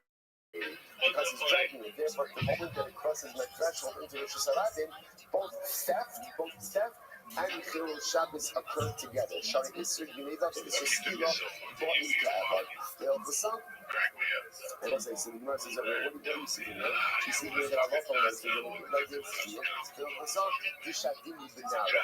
And all things like that, Rashi says, help us out, fighters on the bottom. How do you tell me Pater, you know, Dishadim Binara the lesson. The case ultimately would be a day where he said that it's Pater. It would be a case ultimately a day where the object is thrown in the river, and therefore no longer exists. So what's what the Gemara suggesting? Remember, all of this is in Rav, right? So Rav, so again, what the Gemara suggesting is like this. Rav says that if a case is Chayiv Nisa, it steals an object and gets rid of the object, he has no obligation to return it. No obligation to return it. Now, Rava and everyone else is incredulous about that. It doesn't make any sense. And now, what's Rav's logic? Rav's logic is to be Rabbi. Since as a thief, you're liable to death, therefore you are exempt from any other monetary liability, even if that object was not sitting in your hand. Rava and everyone else are talking about. I understand that the object is destroyed, the object is lost, the object is broken, there's no obligation from an actual institution. But if the thief is literally holding the object in his hand, of course, he has to give it back. So that's definitely what it's like. It's Rava, it can relate to his mathematical document. So it's Rava. Rava now, remember, Rava argued on Rav, and Rava had goats. The goats stole it from him. Right? So someone kind of went to his parents, stole the goats. But then the thief had a change of heart. He wanted to give it back. But no company, Rabbi would not accept it back. Why? How much? Enough to do it. Since Rabbi said his piece, Rabbi said his piece. So let's read it again. Now, Rabbi argued on Rabbi. But Rabbi said, since Rabbi said, so when a thief steals something, he's not obligated to go ahead and return it. With Rabbi's statement, and even like he said, you will say, I accepted halacha l'maisa. Incredible story. So much to say about that, but for a different time. But listen, I wanted to point out it's halacha l'maisa, though, just to be clear, we don't constantly like that, but only when the object is no longer existing. So if he goes ahead and touches him, steals an object and gets away, so halacha l'maisa again, he's going to be liable, but now technically speaking, obviously can't kill an object, right? But the l'maisa again, if the object is no longer in existence, the thief is not obligated to make financial restitution. So if he came in and stole my object, gets out, and then we find out that if the object is still in existence, halacha l'maisa is still passing like Rav, passing like Rabbi, and halacha l'maisa the object itself has to be incredible. All right, let's go. So the Pasuk says that the homeowner, right, is not chayiv for killing the thief if the sun, the little bit of the sun is shining, right? If the sun only shining on one part, wasn't even a Pasuk. Ella, in Barlachad, Rabbi Kishemesh She'ein Lo Shalom Ucha Hagim. Now what it means is like this. If you know the absolute certainty that the thief is there. It's as clear as the sun that the thief is there to kill you. The thief is there to kill you. Kill him first. They rob, but if you're not absolutely certain, I'll target you. Don't kill him. I will say, now watch this. That's Bryce 1. Bryce 2 times the Tzach Hashem is Allah. The Hashem is Allah no Tzach. Ella. In Barlo Pakistan, the Shalom Zimach, like in the second Muslim, it says like this: if it is as clear as the sun that the guy loves you and is not going to kill you, then don't kill him. They're not, but if it's not as clear as the sun, how dare you kill him? But also, you must touch the sun on stone. I've already seen this happen over here. These are people not giving advice. Advice number 1, I said this like this: the only way you're allowed to kill someone is if it is as clear as the sun that they are going to kill you. But if it is not as clear as that they're going to kill you, you can't kill them. According to the second advice, only if it is clear as the sun that the guy is not going to kill you, then you can't kill him. But if there's any suffix, you can kill him first. Then what's that? Those are 2 pretty dramatic different vices. So what do you do with this? Look at you. I'm a days. Well, say to this. I'm a days. We are great. I'm a days. 10 minutes to go. I'm a days. Come ba'ava. Come ba'ava. Then come ba'ava. Wow. But that's what you do. Everything depends on who you do this. Like, we're talking about a father who kills his son. And when the father kills his son, it's absolutely certain the father will never kill his sons. So if the son, now the father might steal from the son of the right? But the father is never going to kill his son. So if the son discovers, he wakes up, and his father's in his house, telling him he's stealing stuff, the son is not allowed to kill his father. Because the son knows that a father will never take the life of his son. He makes this from his son. So you see what you see in here is, parents sometimes do mistreat their children. Like, after all, you see over here, when you have a kid, so you can't say that father won't steal from his son, because apparently that does happen. So sometimes parents, knowingly or unknowingly, will mistreat their children. And one thing you can count on is that one of the father kills his child. A father will never kill his child. On the other hand, if the son breaks into his father's house, not so partial. Not so partial. Sometimes the son can kill the father. So it's such a heavy thing. That's therefore again, if the thief is a father, the son knows that actually something his father is not going to kill him, and therefore again, the son has no license to kill the father. On the other hand, the halacha says the son breaking into the father's home, the father may, you don't know, you don't necessarily know what the son may be prepared to do. Incredible. Called the Asiyari Ma'ala Mahtar, Hajina Leila Meila Khalina Bashila. This is interesting. So I've said, anyone who brings into my house, I'm going to kill. Except if it's Rab Khalina Bashila. Okay, such an interesting compliment, right? Anyone else who brings into my house, I'm going to take him down. Except that the thief is a Khalina Bashila. My time was too easy. You really take the tzaddik. If you have the Khalina Bashila as a tzaddik, well, obviously, you will be such a tzaddik. Haka Asi the Maktara. So I'm going to break into someone else's house. Ella, you should be killing the Gadei. The Merakim, I like the Merakim Abavadai. But say this is such a touching Gemara. Love says, because I know that the Khalina Bashila loves me like a father. So there's so beautiful about this. I know that Khalina Bashila loves me like a father, so I know that even if he was to break into my home, I know that Allah myself, he would not go ahead and take my life. So what you also see from here is, apparently there could be other relationships outside of an actual father-child relationship where someone could love you like a father. So it does exist. There's nothing like a father's love. Like, so the father's love is unique, the parent's love is unique, but apparently in life there are other people who could love me with that unconditional, non-judgmental love, like a father loves his son. Incredible. So incredible. So much to say about this, but I'm going to lose my job if I don't go on. So Damin Long, so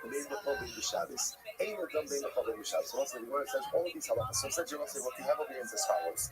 The metric we adopt is like this. If someone breaks into your homes repetitiously, the understanding is that the person is going to stand up and defend their property, which means that anyone who's breaking into my home secretly is ready to kill me.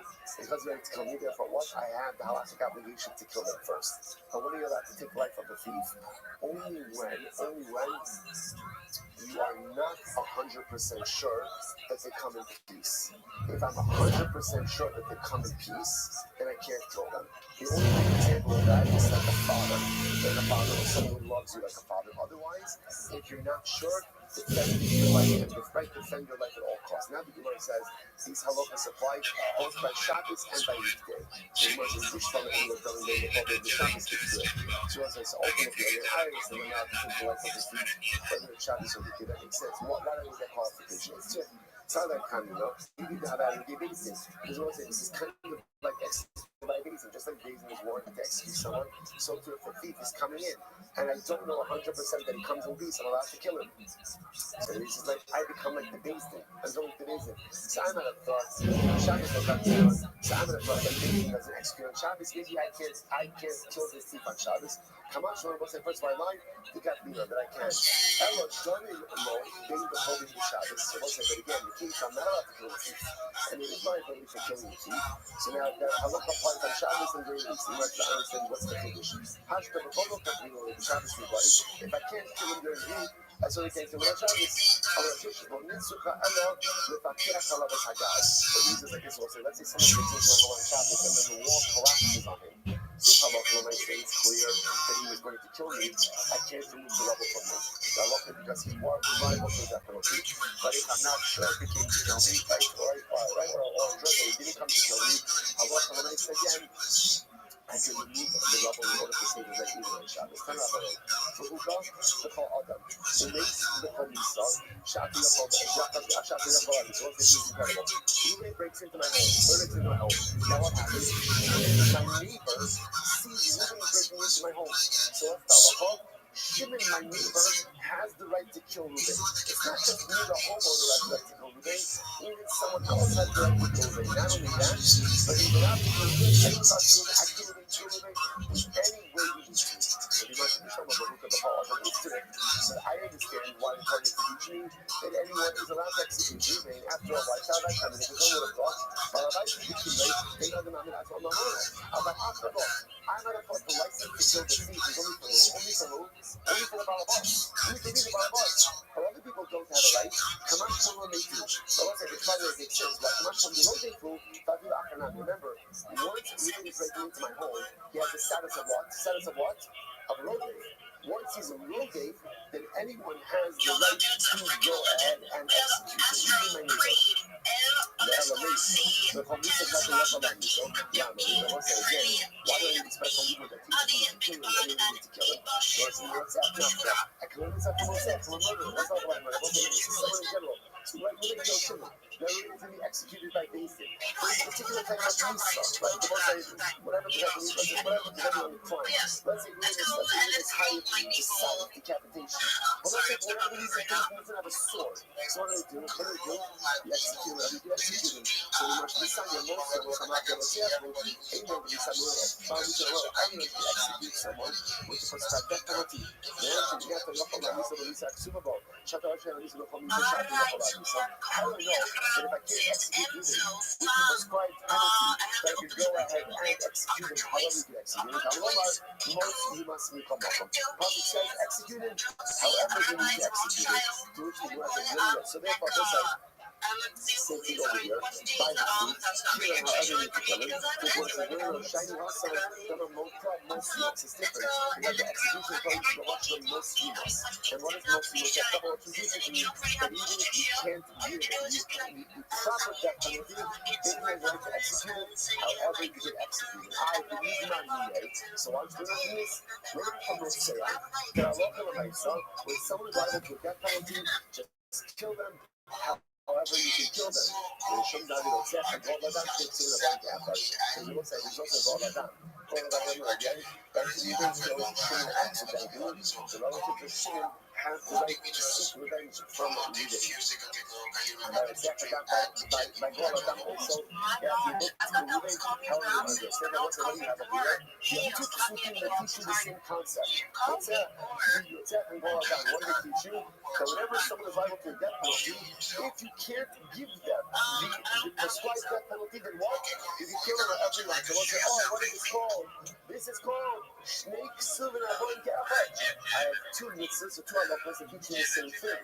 So the Gemara says, now what's the halacha? Because Shnei Ksuvin Abon Ge'achad ain't the lesson. I want to say in general, whenever you have two ksuvin that teach the same concept, you cannot create a case of all from them. Tell me about Macheres Amy or Macheres. God don't have to have got people in mind. So they'll say, yeah, but I love them. So therefore, we need to say again, you didn't kill everybody I look to. Number one, not only is the homeowner permitted to kill the thief, but who else is? Anyone else. Why?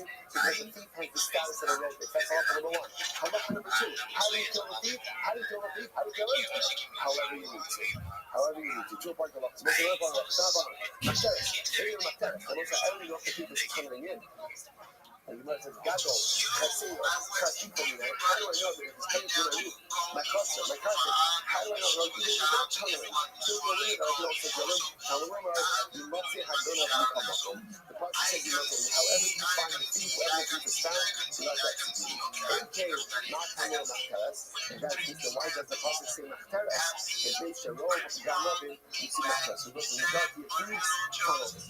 So I just spoke about the room where it's not. You got Macheres, I don't know that the penalty is. How do they come into the windows of the bucket of the room? So one night, you must have done up the couple. I think Makamur Macheres. So ultimately, again, if that's the case, then why does it say Macheres?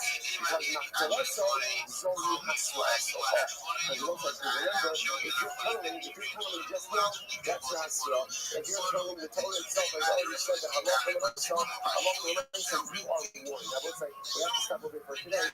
But this is not going to be end. It's going to lead to the Nasuki, which is first the things require Hasra. Is your Hasra the same case? You want to suggest tunneling in, by definition, is your Hasra?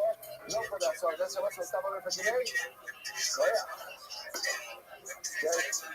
Great run. All right, step on Zoom. I'll make it stop to all of you. I'll tell you, most of the time I'm going to go right. Most of the time. Come on Zoom. Jerry has 9% today. Okay. That's right. Actually, why I just want to share my as you can see from my stand from my profile, the identifier and I'm a researcher and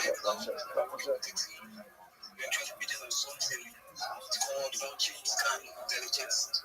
So what does this do? This is kind of just a data engine we're designing to make blockchain movement clearer, faster and more accessible for traders, founders. Alright, then let's say good morning. Let us begin by thanking all of our sponsors for this morning's Cheers to Change. Our commentary sponsor for Touchshare, hey. We got the very start and dedicating all the children's Russians this year. I use the books for the Soros Kovos for Ami Yisrael. I got the only sponsors for this morning. Milton Melanie Gardner, the dedicated Shira in honor of the books of their grandson, Gaz Moshe, both the Shira and Ari Gardner in Yerushalayim Yerakodesh. Mazel Tov to the Gardner in Shvacha. Here for the Gardner, of course, it's important to recognize that as we go ahead and we begin our shir this morning, the multiple Levios for the Bivas family are underway in Eretz Yisrael. We hope that in America lifetime the Torah that those precious neshamas should have an aliyah. That broken family should experience the Yekama. And that America Hashem and the Father should just bring the Soros, true Soros for all of Am Yisrael. We'll do that. Let us begin. Today's daf is Ayin Aleph 71. We are taking up Eretz Hashem on Ayin Aleph. We have a lot to do today about Hashem, and we are taking off 70B. 70B, 3 lines up from before the line of yes and wise. Remember again, we left off in the middle of the sugya of Batsheva giving answer to Shlomo. And he said as follows, the Mas Nitri, sorry, actually I read this marking quickly at the end yesterday. So my finding, sorry, it's just the Shlomo, you are the son of my mother. What does this mean? So Batsheva said, Kol Mashri Shabbat Savicha, how you wrote this. So let me again, Batsheva is giving Shlomo nickel, that the over-indulging in the finer things in life, one of these advantages of being the priest, yeah, like that's two luxury items, and he's over-indulging. And she's essentially giving it a different form to listen. And listen number one is that people are going to hear him, we're going to hear you, because that's what he follows the tzaddik. Like he follows the tzaddik, and in this page, he must be a mother. That's number one. still, she said, I'm out of my way to make sure that you be a healthy baby. And now number three, she calls him Barney, the son of my neck. Also, this is incredible. She said, call back to Shabbat Alifa, all of God's wives. I didn't know this, so make it a bad name there. Yehi ben Hazel Malchus, give me a son who is worthy of the monarchy. She isn't there, all the God's wives, they wanted one thing. Thank you so much for the opportunity. I'm Rabbi Rothschild. If you don't know who I am, you will. I shoot my life 24 hours a day, 7 days a week, 365 days a year for world peace. I've been doing so for more than 4 years. My shootings go back to the pandemic. You've seen the death of the queen, the birth of AI, the coronation of the king, and everything in between. This is a real-life Truman Show, a real-life Big Brother. This is a timeline and a time capsule of human achievement. In the 1990s, Bill Gates coined the phrase content is king, and I'm making it true today. I'm king of the internet. This is the biggest event in global history, and here's why. In 2018, The Economist magazine stated that data had overtaken petroleum as Earth's number one resource, and I have more data archived on the internet than any person ever, which is making me a very influential person, not going viral. When I want to make you, your friends, your family all financially independent. I want to make sure that you have generational wealth, and I want you to be able to start charities and philanthropic organizations of your own. If you can, send me a follow. I will follow you back. Thank you. And she said, just give me a son, he will be attractive. So there's so much to be learned from this tomorrow. What do we want for our children? We are all too often in life. We put the wrong emphasis on getting right for our kids. And we often focus on, what we want our kids to be when they grow up. I want to make sure that my son, my girl, will be a doctor, a lawyer, a rabbi, Oh, absolutely, 100%. on what my kid is going to be for Hannah, which of course Hannah is incredibly important, as we all know. But at the end of the day, it's interesting to see what Bathsheba wanted for her son, and the qualities that she wanted for her son. Giving a son who takes life seriously, that's the Jesus. So it's like, you can tell by that person by how they approach the relationships in life. That people are, Jesus is a leader, and Jesus is a leader of seriousness. And when you have a leader that is Jesus, that's why when how puts it so early on. And you see that before, when you have the leader of Jesus, it means that you have a seriousness and courageous approach to life. And when people who are zois are successful in whatever it is that they do. Mamula Torah. Don't be, what does it mean to be Mamula Torah? To be filled with Torah, there are different ways you can approach Torah. First, you can take a lackadaisical approach to Torah, lackadaisical approach to learning, a lackadaisical approach to observance, or first it could be Mamula. Mamula means I'm mulling, I'm fully committed. Hugging the Nevi'us is all-encompassing. What are the qualities that are necessary in order to become a Navi? I don't know, but I would imagine that you have to have Alamitis to be a Navi. That's what a mother wanted for her child. Jesus, Mamula B'Torah, hugging the Nevi'us. Incredible. Al-Malachim Shasu Yain. So Hashem says to Shlomo, Al-Malachim Amravo, Malachim Eats Malachim Shasu Yain Shtakim, Lama Lama Kel. So Bathsheba said to Shlomo, it's incredible, you've got the wrong friends. Why are you hanging out with those kings who become intoxicated? There's like a king chevra, there's a monarch chevra. Why are you hanging out with the monarch chevra? Because they drink too much wine, and after drinking so much wine, what do they say? What do we need God for? With the king, you're all powerful. Well, as long as they shake us, and those rulers, they abuse the intoxicated beverage too much. We should call Raza only Limo, Yishta Yain Yishtaker. When you have access to the one before whom all secrets are revealed, should you become inebriated with wine? And Lord will say, we keep seeing the two sides of wine, right? And on one hand, the ability of wine to, first of all, take sometimes the edge off life and allow me to lean into my newfound circumstances. Also to unlock, to bring down the walls that are sometimes walling me off my inner kedusha. On the other hand, it's easily abused and easily misused as well. So Allah Bathsheba says to Shlomo, what are you doing? Why waste your time with wine when you have access to the knower of all secrets to HaKadosh Baruch Hu? So no matter how powerful a ruler is subservient to HaKadosh Baruch Hu. So again, if you have to go ahead and enemies show up in front of the ruler of the universe, why waste your time with wine? I'm a Yitzchak. How do you know that Shlomo did tshuva, so to speak? In other words, Shlomo was Mekabel his mother's Musar.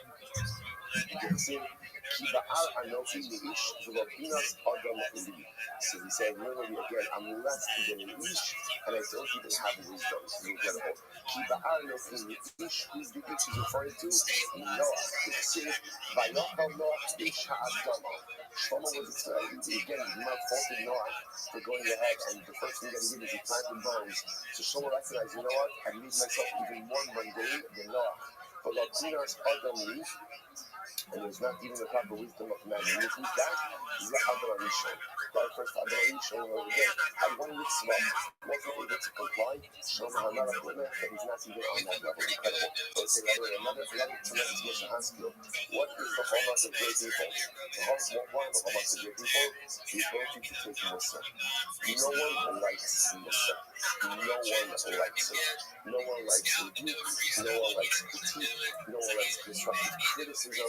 No one even positive feedback. I've come to find positive feedback is often laced with, sometimes laced with some other, it's natural, it's normal. Good people are able to hear, especially when that positive feedback or that negative feedback or that critique is coming from someone who loves them, as much as it stings, they're able to hear it, they're able to implicate it, and they're able to pivot with it. And it's God was Shlomo was one of the wisest of men. Gets a touch from his mother. Gets a touch from his mother.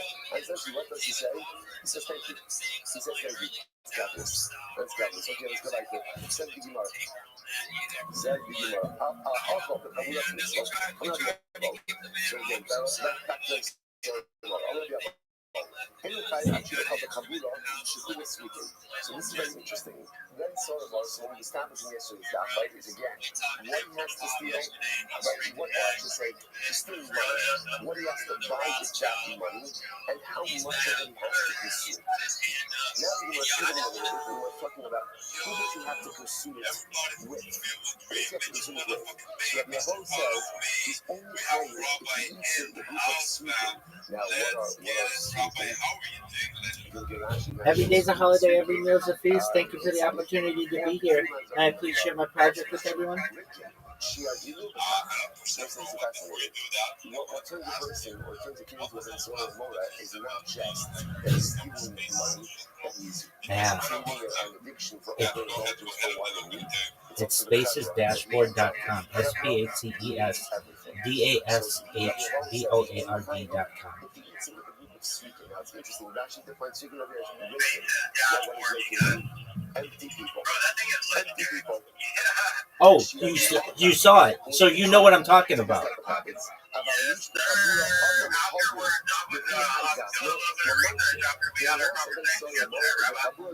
Oh, phenomenal. I'm glad somebody saw it. Thank you.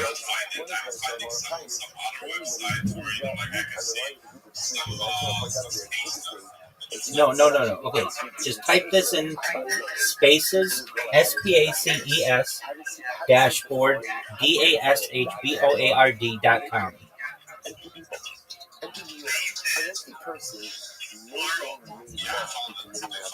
All right, do you see it?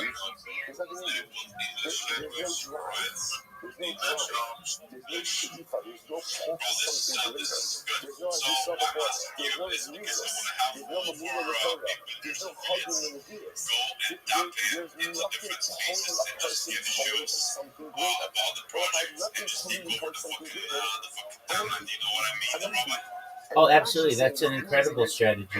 Basically, use your current network to be able to spread the word about the project to other people, other communities. It's a fantastic idea.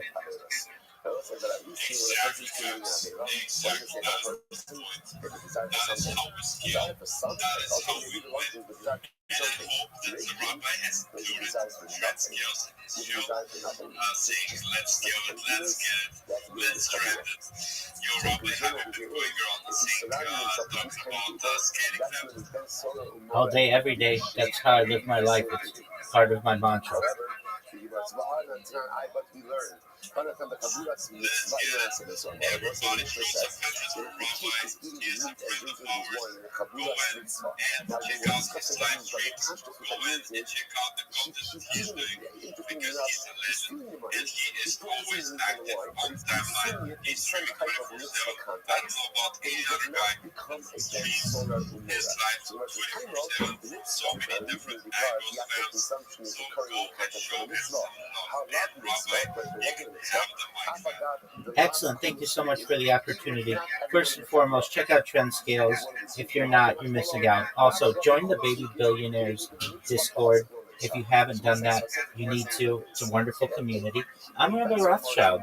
I stream my life 24 hours a day, 7 days a week, 365 days a year for world peace. If you don't know who I am, you will.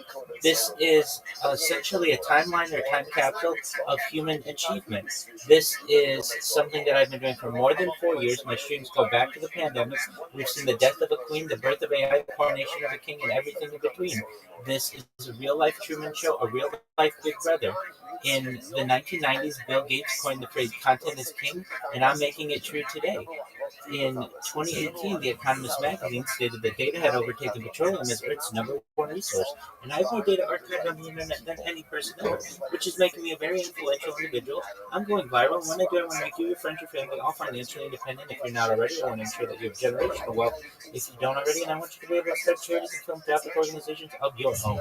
I'm unlike any influencer that you're ever going to meet. I'm not live on one YouTube stream or two YouTube streams. I'm live on over 20 simultaneous YouTube streams, 24 hours a day. You can watch my live in 360 degrees. I even have a ceiling camera. If you want to view a link to my YouTube streams, it's located in my profile. Additionally, you'll find a link to my YouTube streams in my pinned post. You'll also find in my pinned post a link to my Linktree, which is linktree.com/Rabbi Rothschild. I dare you to look at my Linktree. Nobody dares you to look at their Linktree, but I do because I have more social media than any person ever. I have more content than any person ever. You'll also have the opportunity in my pinned post to find my Discord link, which is discord.me/Rabbi. We have over 2,500 people in the community and continue to grow each day. In addition to making you all rich and wanting to promote world peace, I want to help end world hunger through the use of technology such as agricultural drones, floating greenhouses, saltwater greenhouses, hydroponics, vertical farming, cloud seeding. I want to help end world thirst. I'm sponsored by a cryptocurrency that's worth about $100 million, and one of the things that we do is we build wells and water towers in developing nations for the benefit of the less fortunate. Additionally, I'm an advocate for the Lifestyle program, and most importantly, desalination technology. We pump rich seawater onto land to make it drinkable. If you're a reply guy, if you're a Web3 marketer, if you're a reader, you're a shiller, and you want a free mentor, coach, and friend, send me a follow. I will follow you back. Send me a direct message. I will respond. I want you all to know that I'm here to support you, both personally and professionally. I'm here to be a positive person in your life. I'm here to have an optimistic view on the future. And most importantly, I want to give people hope. And with that, I sincerely appreciate the opportunity to share.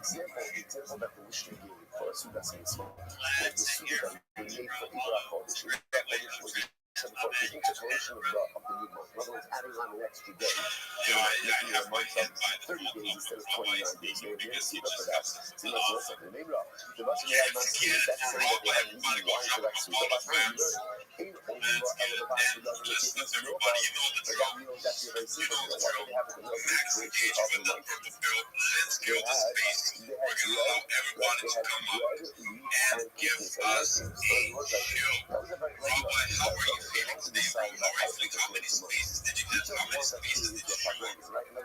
Oh, I'm probably at about a dozen or so in the last 24 hours. I've been doing it all night, making sure that everyone in Nigeria knows what I'm doing, everyone in Asia knows what I'm doing, everyone in Europe, everyone in Oceania, and certainly North and South America. We're spreading the love to the world. I do everything that I can, not just to promote my project, but really help people who need jobs. I set them up with recruiters in whatever country they are. Specifically, many of them are in Nigeria. I make sure that they have CVs. I personally coach them to work with recruiters. We make sure that they get link trees together.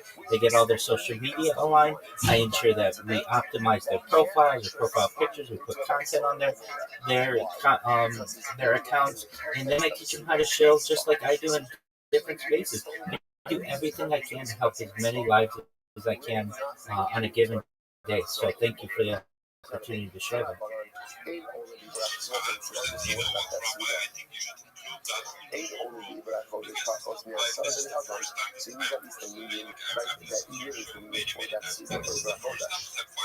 They only were about Kakos as witness. Furthermore, again, you only give up for with. Which bread actually is not really good. It talks about that giving bread made from wheat and kidneys and legumes. They only grew up. They only go up. Oh, I love it. I do my best to plug that when I say if you're a reply guy, if you're a Web3 marketer, if you're a raider, if you're a shiller, send me a DM. I'll, want to be a mentor, coach, and friend. So I do try to plug that. It depends on the space. Some people give me more time than others. A lot of people say you've got 30 seconds. There's just so much that I'm doing. I can't fit that all in 30 seconds, or sometimes it's 40 seconds. But to kind hosts who give you the opportunity, I'd love to be able to share that kind of information with people. And for anybody who's listening out there, if you want, just connect with me. Send me a DM. I'll send you the list of the top 5 recruiting agencies, specifically in Nigeria, but wherever you are, we'll find them.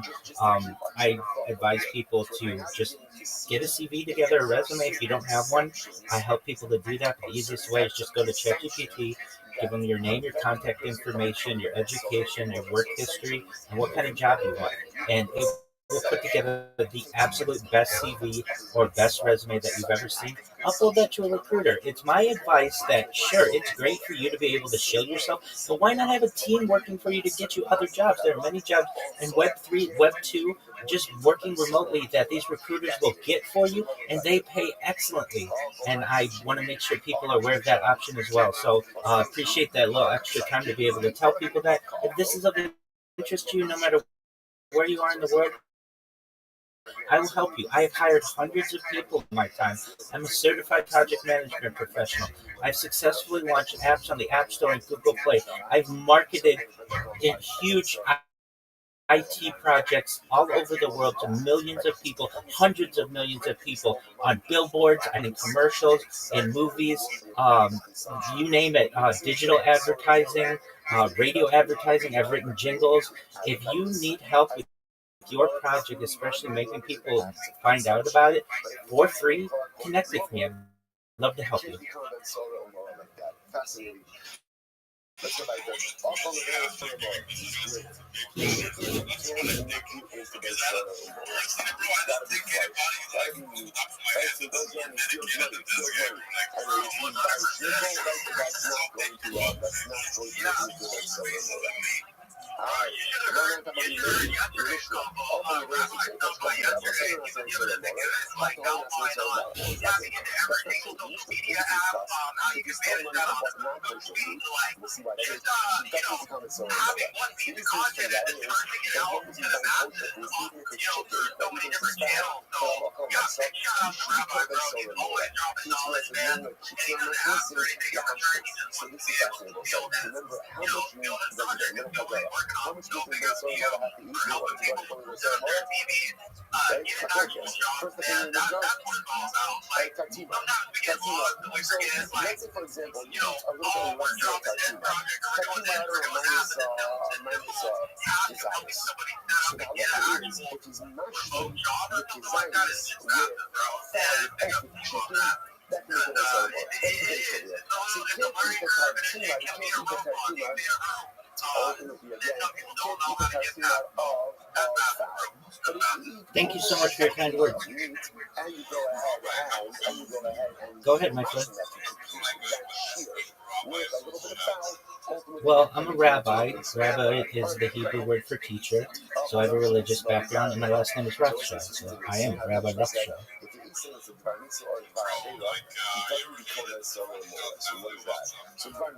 Oh, we're all related. There are over 3,000 of us in the United States alone. It's a somewhat common name within the Ashkenazi Jewish community, similar to what you might find the Kennedy last name in the Irish community. Let's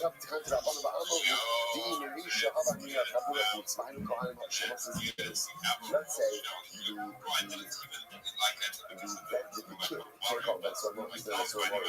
the kid joins a uniform right? The halacha is that when a baby come back from the cemetery, we have what's called the Sudas Havram. real consolation. So let's say again, the kid sits down and learns into that. That's a suda, that's mitzvah. That's a suda, that's mitzvah. So again, what we're seeing over here is the bonus of a kid. Well, 100%. I mean, I talk about in my spiel, I want to make you rich. And if you just, if you may allow me to tell you how I want to do that, we are one tweet away from making you all rich. And what does that mean? Somebody's going to hear me in my spiel and hear it enough. I use a type of psychological technique known as mere exposure effect. It's used a lot in advertising, but basically it's that repetitive process that people first might hear it and they might just perhaps ignore it. Then they might even dislike it, but eventually you hear it so much that you start to say it yourself. It's very much used in advertising and marketing, and I get people who are already trying to memorize my spiel. I had someone in my Discord today.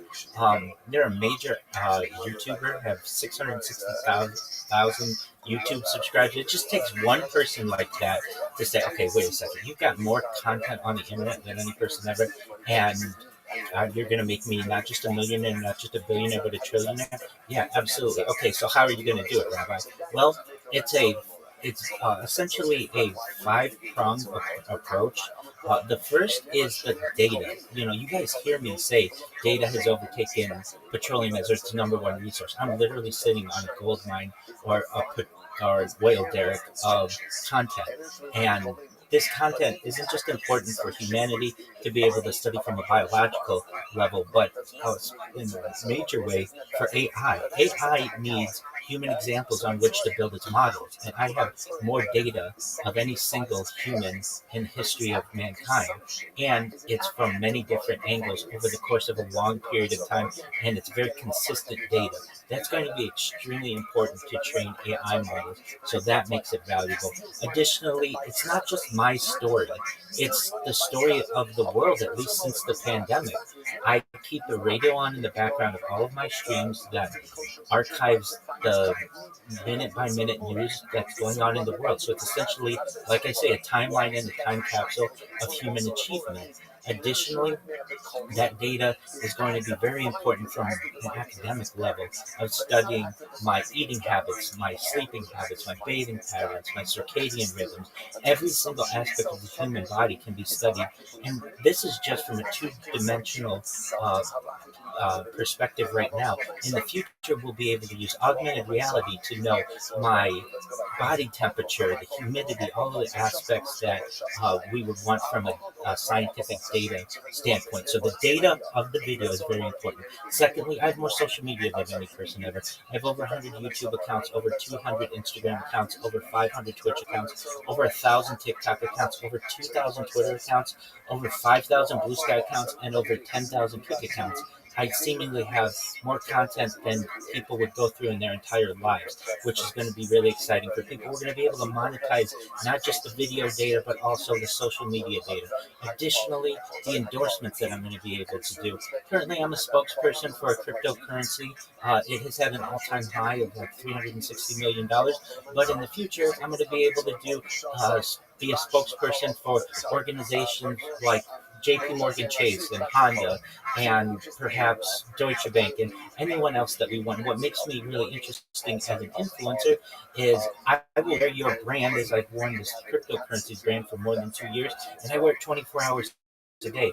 For any other influencer out there, their content ends. Eventually, their fans get to watch all of their content and it's done. Mine continues. You will go away before I go away, which is a really exciting opportunity. And the final aspect where I know I'm going to be able to make people a lot of money, including all of you, is through cryptocurrency. Everything that I say will turn to gold because I have such a large platform. And any cryptocurrency that I endorse, any project that I endorse, will immediately get a spotlight on it in the history of humankind. So this four-pronged approach, I think, will allow me to make you all exceptionally wealthy. And I mean that. I don't want to just make you wealthy. I want to make your friends and family wealthy. And if you say, well, Rabbi, how are you going to be able to do that? Like, isn't that a lot of people? Isn't that a lot of money?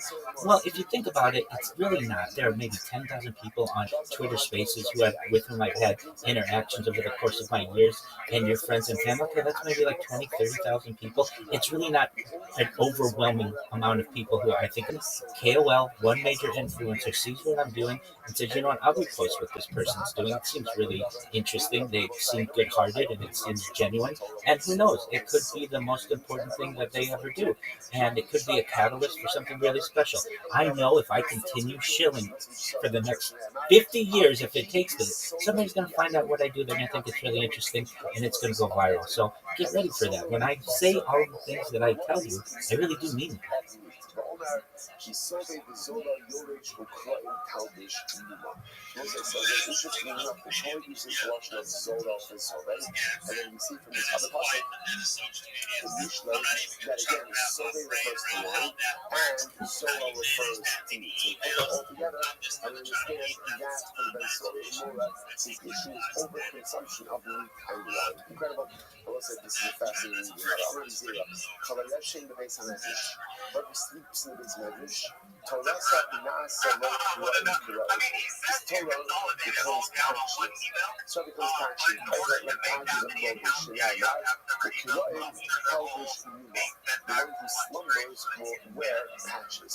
Now, let's say the truth. The way that I do it, there are temp email services that I can use, especially if they're just throwaway accounts, and I automate them. So especially like Kick, I have more than 10,000 Kick accounts. I have it automated. I create robots essentially that can do a lot of this for me. But it does get challenging, and I do get locked out of accounts. That's why, especially on like my YouTube account, I don't. I've had thousands of people follow me on YouTube on some of my accounts. After about 6 months, I stop them and I just create brand new ones to basically archive the footage. I do have strategies that I use if anybody's interested in organizing mass amounts of social media, but I don't recommend this. Really, all you need is just one social media account for every major platform, and then you're good. And then exactly the strategy that I say, have it all sent to your business account. The most amount of emails you're going to get from different platforms is about 30. That's anything that someone can manage, especially if you delegate which types of notifications that you want, and you'll be very successful with your project if you keep it simple and limited like that. Just one account per social media platform. If you have a project and a business account, okay, then maybe you might need to, but I certainly don't recommend having all of these different accounts unless you're doing something perhaps world changing like I feel like I'm doing. And again, the reality is, the Torah is broken up. It's not conclusive because I wasn't fully recognized. By the way, you begin to see a theme, right? You begin to see a theme. What did Bathsheba want for trouble? What did she want? She wanted Jesus. She wanted Jesus. So as I saw again, so what does Jesus mean? Jesus is not when I'm doing something, I'm in. Let's say every meeting with someone, and they're checking it in the middle of the meeting. And have anyone? My crowd got over this. I've started this now. Hey, if you're checking in immediately, I have better things to say. Better things to say. Same thing on a Zoom, right? It's okay. It's okay. If you do this, go. Do what you have to do. But if I lack of likelihood, what are we doing? What are we doing? We're never focused on what it is that we do. We're always somewhere else. So when I'm in the office, I'm trying to get back a few minutes to learn. Somebody don't learn in your office. Don't learn in your office. You should be working in your office. Working in your office. And it is working. Working. You're in the office. I guess if you're self-employed, you can do whatever you want. But if you work for someone, they're not paying you to catch a couple of minutes of learning here and there. Do your work and be zealous and be committed and be involved. And when you're here, learn your Torah and don't be work. Don't be work. Just commit yourself to whatever it is that cares. Otherwise, you're going to see your entire Torah life. But after 120, you come to the business Shalala, and you're going to come to say, what did you learn? What did you learn? What did you learn? And you say, I'll tell you, I remember it was that day when we did this subject. But I'll tell you, I got through 10 emails that day. Right? And I texted 10 of my colleagues on the show that day. Right? And I checked the news 14 times that day. I remember a piece of this. Why? Because if you do it and just do it and commit yourself to shutting down your distractions. Commit yourself. And this is very learning. This is very happening. Otherwise, I'm here, but I'm sleeping. I'm sleeping through battling because I'm elsewhere. I'm sleeping through learning because I'm elsewhere. We have literally the greatest treasure in the world at our fingertips. Every single day. Every single day. I'm watching you live in a day. We live in a time where it's so ridiculously easy. There's only one thing we have to do. Pay attention. Don't fall asleep. Don't go ahead and get involved in multiple things. Just don't sleep figuratively in the base measures. And if you just do that, bring us users to our learning, bring us users to our davening. We're all those people. There is no telling what we can accomplish now in many years in this world. Let's go back to Mishnah. We shall other open shows up. Now, it's very interesting. So, by the way, as we look like that, I think I said this when we started the Sugya Ben Sora Mora, which is, let's say, what's the one takeaway from all of this? Clearly, the system is rigged so that this doesn't happen, right? And again, and that's okay. It's good to say that. It's good to say that. It's to see it with the death penalty. Right? The system is set up not to execute someone. That's how it's set up. So then Solomon also, all the details, and watch this. He says, listen to this. Kid, I'll just call him kid. Well, he's an adult. Remember, again, I'll say, all time consideration. How old is Ben Solomon? How old is he? Right? So remember again, he is a gadol. What was Russian of the Gemara? Somewhat Leash. In other words, he just recently entered into adult-kite. We're going to see that concept again. Shortly. So So watch this. He stole his father's money, but he ate the stolen food in his father's rishos. Okay, or he went ahead and he stole other people's money and ate it in their rishos. Okay, or he stole other people's money and he ate it in the rishos of his father. Let's say first one line, I love.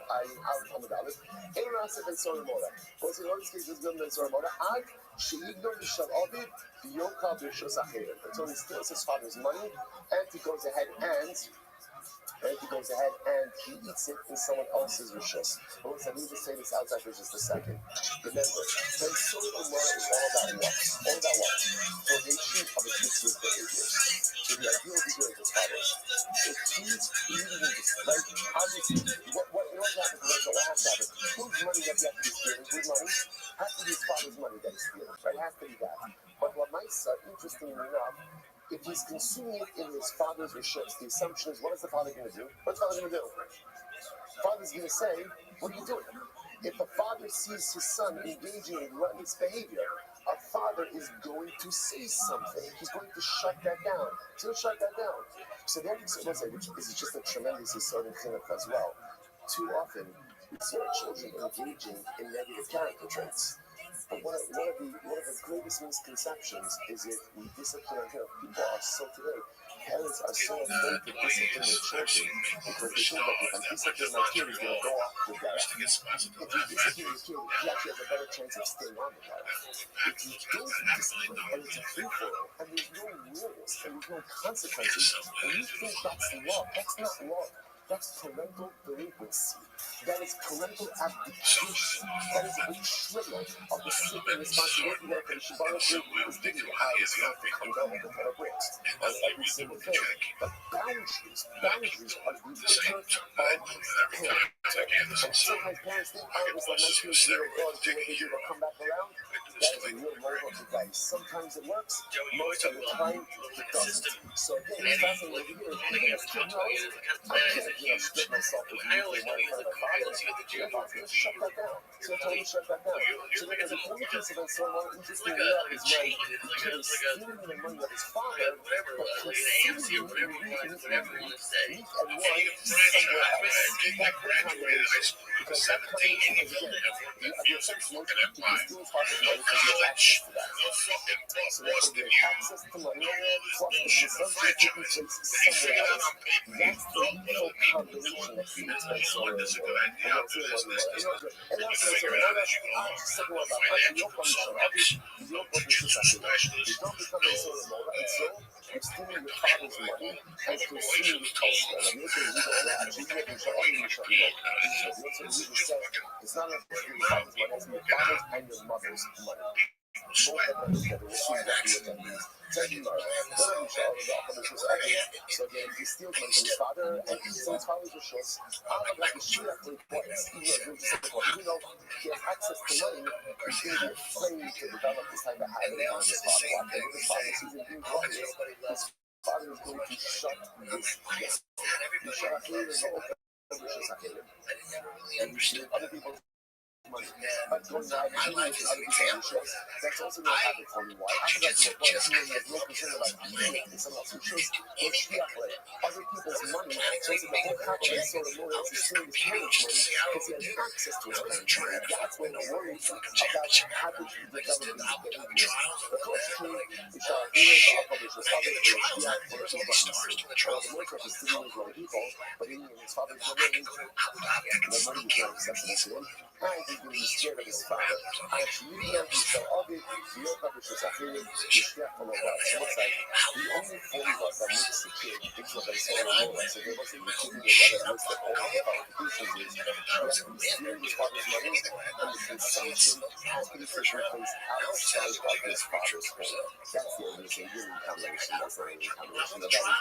That is the negative combination of the kids. So again, stealing his father's money, worried about having fun life because there's access to his father's money, and he's consuming it somewhere else, and yet someone else is not going to give him answer about his relentless behaviors. That's what we're concerned about, the habit from the incredible. Incredible. University, actually, I'll be showing you, but university says the only type of distance from his father and his mother. It's in where it says, first of all, he hating his things from his mother. He is his mother property from money and constitution and a Bible. Or you will say, what are these things from his mother? Whatever technically belongs to his mother only belongs to his father. So what's the Shiloh? So the Gemara says, like I said, how you tell that over, you're overside. But I don't know if you're okay, and see that's when you come to other people, no, and you just hanging up, his parents, the kid's parents prepare a beautiful dinner for themselves, they bought nice steaks, and beautiful wine, and what does the kid do? The kid sets a soup that is ready for his parents. When the kid comes home and steals it from his parents, he effectively steals from both his parents. What's it effectively that's your love? Actually, the best result, the your hygienic result. But that's not how it works. You don't come and say, well, it's still cool. You don't come and say, well, what? It's just still money. I don't purchase expensive wine at discount and expensive meat at discount. So you might say, Ella, we want to drink things when it comes to other people. You like rather than that. And the father had set aside money to take his life out there. And we got to live on expensive bullshit food made up of meat and wine. And what did this kid do? The kid stole the money that was set aside for both of his parents. He's like, the mother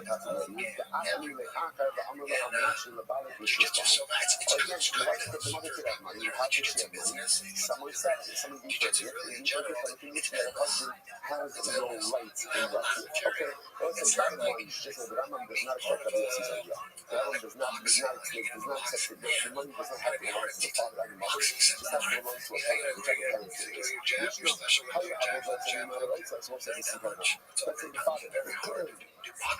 father wants for the bring it to the as a mother did that. Or a big dinner also, so the father didn't want to, the mother wanted to. And you're not to so the mother actually makes you see it. Actually, you shame of the son. And two individuals and so the mother, when both parents are committed to bringing the baby, or then so the mother faster. So you don't need to say, they were not somebody so the mother.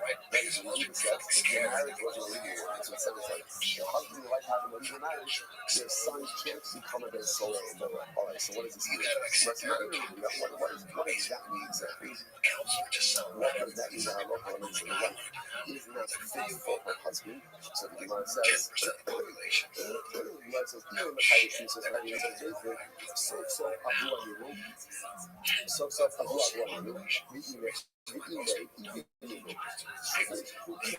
parents if their marriage is legal or not. Right? What does it matter? At the end of the day, this is the kid's heart, this is the kid's mother. Why does the marriage have to be legal? The Gemara says, Ella, the Shava La'avid Kama. So let's say this is incredible. Let me know what the Gemara means is like this. The mother has to be similar to the father. What does this mean? Kind of like a very support. So you know, man. And Lohadisi Imo Shava La'avid. The call, the matter is the Kama, in the last of the ceremony. This is wild. The parents actually have to resemble each other. But mother and father don't resemble each other in terms of the sound of their voice, the look, and their height, and their height. The kid has become against Surah people. Why not? My time is Ramadan, and then it's Shomea Bikomundia. Fascinating, right? But the Pasuk says, parents say today, this kid doesn't listen to our voice, which indicates to us he's the common of Shavim. The parents have to speak with the same voice. Nara the common Nani Bottom of Shavim. So to again, the parents have to resemble themselves. Actually, also look exactly, but they have to have some level of resemblance. And also resemblance of Jerusalem. Like, what a tremendous Musa skill. What is the teaching us about parenting? That parents have to be Shabbat. They have to be on the same page about the care of their kids. When children receive contradictory messages from parents, it's a disaster for their child. So it has to be Shomer B'Kolim. Parents have to speak. One second, what if parents have distances of opinion about the things of their kids? It happens all the time. But that's the job of parents, to reconcile that and to figure out a unified approach independent of your children. But when they present to the kids, when they talk to the kids, when they manage the kids, when they finance the kids, that has to be done with one voice. Because again, if you're giving your kid two different types of fear, if the mother saying one thing and the father saying one thing, don't be surprised when the kid goes down the wrong path because he's not getting unified, cohesive message. So interestingly enough, if the parents are making terms of, the kid can't become a Salmon. Why? Because it can't fault the kid for making poor decisions when the child is receiving a non-unified fear. If the child is receiving a unified fear, as soon as the child is receiving a one, that's when that's so emotional. But let's say, what stop this emotional? Mother and father have to be shut up, have to figure out a way to get on the same page about the vision of the family they want to raise and the type of children they want to inspire. Incredible. You know those guys. Do you mind us what the sign? So we're according to the following things. That's all right. So okay, so actually, it's not my fault. It's not my fault that we cannot make it. It's broken up like in 10 blocks. You can't put all of this on one page. It's literally looking at simply so this much as follows. Do you mind just again? I'm not rushing. I just want to put you on $4. So if people from other shares talking about this little case of our share, just remind them in the last 2 cycles we never finished with any other share. Right? So Baruch Hashem, at the end of 7.5 years, we'll be exactly where we have to be. We might not be in the big pieces, but we'll get there. It wasn't easy to this tomorrow. Kiman Oslo, how to sign it. So we just need to touch on the following idea. Persona Morex, lo Haya for Basilios. So you're like, why the crap? Why would you just take this all time? So who's the people that touch on the following idea? Persona Morex never happened, lo Haya, it never happened, and it never will happen. So let's say, by the way, actually when you see this, after all we've seen, it makes a lot of sense. To get all of these details lined up, no, well, it's coming over that happens. So actually, makes a lot of sense. Again, it's not saying it's not saying it can't happen. I mean, it can't happen. You want to say with probability, yeah, that has happened and never will happen. You want to believe in your stuff, so why is it written? Why is it written? To mercy George the Kabbal's house. Again, you want to learn it and receive rewards. Some things you learn because you need to know what to do, and other things you learn because you get stuck on it. Okay, I just want to point out. The Gemara says that just sometimes when you look at that phrase, Rosh the Kabbal's house, means what? Just learn it for the sake of learning it, and you get schar. You actually learn it, even though there might not not be anything practical that you could do with this, but there is schar, there's no word for the act. It's a very important lesson. There is schar for the act of just engaging in Torah learning for the sake of Torah learning. I think that's not what it means over here. Drosh v'kabel means, you're right, could very well be that Ben Sora Umora will never happen. Never happened, will never happen. But Drosh, analyze it. The couple sky, what's the sky? What's the reward? There are lessons to be learned from Ben Sora Umura, even if it will not actually ever happen. But let's say, what are the lessons? What's the drosh? What's the drosh for couple sky? So let's say, so again, I want to fast forward a little bit. We're going to see in the next Mishnah that the Holy Soul Ben Sora Umura is what? What's the Holy Soul Ben Sora Umura? The Holy Soul is Hashem Ha'asid. Hashem Ha'asid. Ben Sora Umura is not actually put to death for what he's done now, but rather again, why is he put to death? For what he's going to become. See, I want to say, you know something amazing? Do you know what the essence, you know the ultimate lesson of Ben Sora Umura is? What's the ultimate lesson of Ben Sora Umura? What is the Ben Sora Umura? What's the lesson, Kavra? The lesson of Ben Sora Umura is that once a person makes certain decisions, they can't change. That's Ben Sora Umura. The kid made a decision at a young age to steal money, to buy money, to buy meat, to buy wine. Like, that's such an easy decision. What Ben Sora Umura says, you made those bad decisions, you have put yourself on an irreversible course. So the Gemara comes up and says, that's not true. That's not true. Ben Sora Umura exists as a concept, but practically it's not true, because there's no such thing as a view that can't be changed. And no matter how bad your decisions have been in life, you could always put it in reverse. You could always go ahead and take it right. That's what it means when it says. Listen, that's the words. That's the words. The Gemara says, sorry. Ben Sora Umura. There's no such thing. Because conceptually, there's no such thing as a person who can't change. It says the Gemara. So we're not going to subsidize the year. Drosh for couple sky. So learn it and receive reward. What's the reward? What's the way drosh? So analyze. And what's the analysis? The analysis of Ben Sora Umura is that yet there's so many people who think that they can't change. There's so many of us who think that we can't change. When I read Ben Sora Umura, I learned about a person who can't change. He makes certain terrible decisions and he can't back himself out of it. But that's not true. That's not true.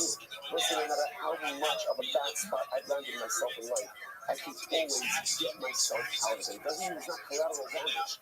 And it doesn't mean that there aren't irreversible realities. There are. Some of you make decisions and you can't undo that which is done. But change is absolutely always possible. That's what it means by Sora Umura. There's no such thing as a person who cannot change. So what should you do with it? You have to make because so many times in life, we think we can't change. So learn by Sora Umura and recognize that you absolutely can. The Gemara says, Hey, what up? Hey, how are you?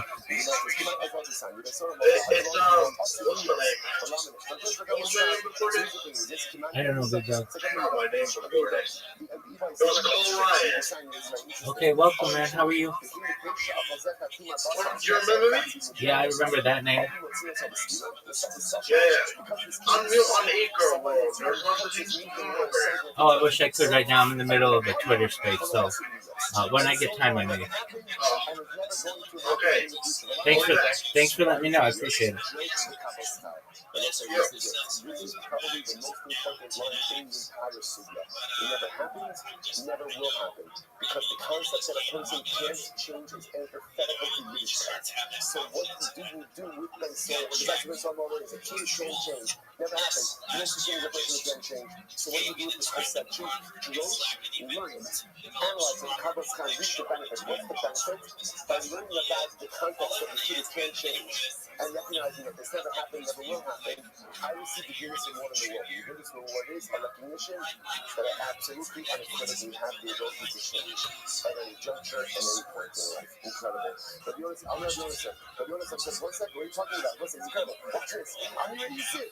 And the honest says, I saw Ben Sora Umura. I saw him. The Ashati Al-Kivro. I sat on his grave. How can you tell me never happened? happened. I saw it. I was the little video. I saw it. The sound is great. Now, why exactly you said it was great? We're not sure the whole discussion about this. Not for now. Not for now. The Gemara says, come on, Oswald. So what do you do with this? So the Gemara says, there was no someone. So I think the way it works is like this. The Gemara says, it's not arguing. They never want to be so more that. They never will be a best someone. The Gemara says, we're making it fast. That many people go through life thinking that they are a best someone more. But the other says, you know what? I've been to many Rabbis, people who left this world. And they left as a best someone more. They left this world thinking that they couldn't affect change. They left this world thinking that they couldn't make something better of themselves. You're right. There's no such thing as a better soul or more. You'd be surprised how many people leave this world thinking that they were a better soul or more.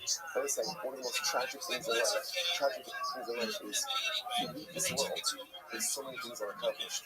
We leave this world without actualizing our potential. We leave this world without becoming the kind of people that we really think about becoming. So I don't think the Johnson was disagreeing. I think the Johnson was just talking about human nature. So the reality is there's no such a thing as soul and more because change is impossible. But you have to Johnson says tragically at going to the Leviathan are so many Ben Solar and Moraz. People who left this world never made the changes they did because they thought that they couldn't. Because they believed too much Ben Solar and Moraz. Incredible. The Gemara says this house. Come on, also all this time. So what's the least thing is reflecting the following idea? You already got us.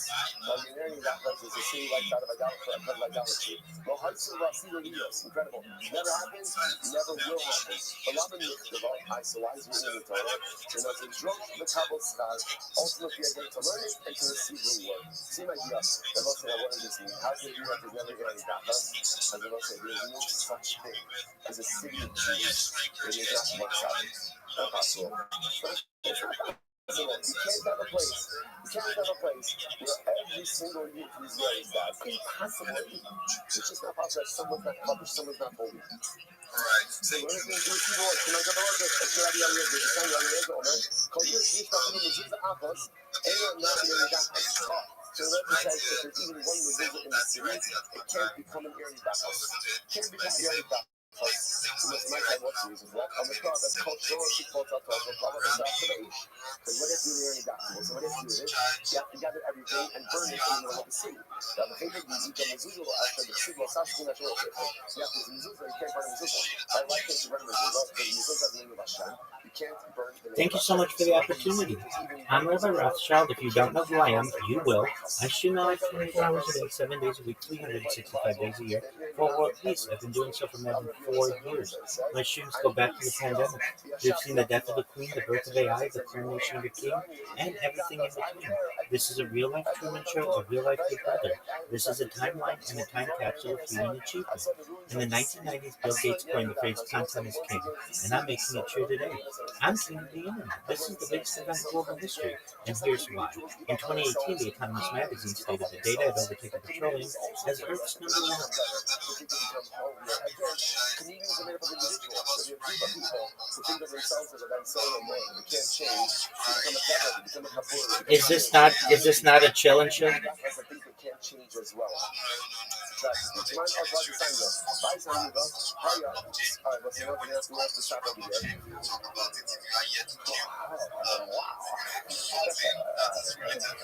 Listen, just when my performance review comes up, I tried. I understand. If I may just give some advice, you should remove the fact that it says chill and chill in the title because you're going to get random people in here who think they can tell you about their project. Oh.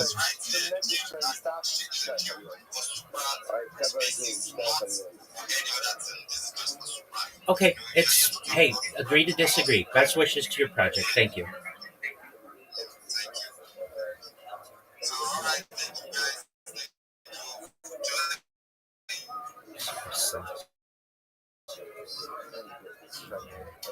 Said, don't tell me who your friends are. Who your friends are. Oh, I forgot about that.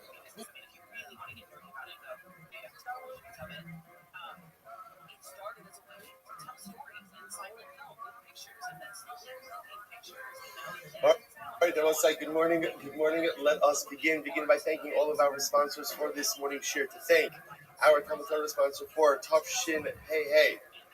Also, Mishpach of ROTHSCHILD, dedicating all the Sherman Drushos this year as a zechus for Besoros Tovos for Am Yisrael. Our Dafyomi sponsors for this morning, Milton, Melanie Gertner, for dedicating the shir in honor of the bris of their grandson, Gad Moshe, or to Shira and Ari Gertner in Yerushalayim Yirakodesh. Mazel tov to the Gertner Mishpacha.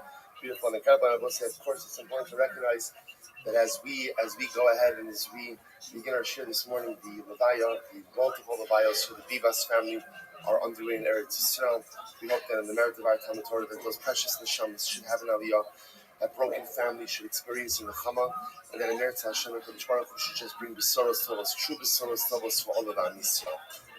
With that, let us begin. Today's daf is Ayin Aleph 71. We are picking up in Eretz Hashem on Ayin Aleph. We have a lot to do today, Baruch Hashem, and we are picking up 70b, 3 lines up from before the lines get wise. Remember, again, we left off in the middle of the sugya of Bathsheba giving Musar to Shlomo. And she said as follows: so again, I read this part quickly at the end yesterday. So she, sorry, so just Shlomo, you are the son of my neder. What does this mean? So Bathsheba said, Hayunodros. So remember again, Bathsheba, context again, Bathsheba is giving Shlomo Musar, that he's overindulging in the finer things in life. One of the advantages of being the prince, you got a lot of access to luxury items, and he's overindulging. And she's essentially giving him different forms of musar. So musar number one is that people are going to hinge your delinquent behavior on me. Because after all, your father's a tzaddik. If your father's a tzaddik and you're misbehaving, it must be your mother. That's number one. Number two, she said, I went out of my way to make sure that you would be a healthy baby. And now number three, she calls him Barnidri, the son of my neder. We'll say, this is incredible. She says, all of David's wives, so making the following neder. Yehivi ben Hagul Amalchus. Give me a son who is worthy of the monarchy.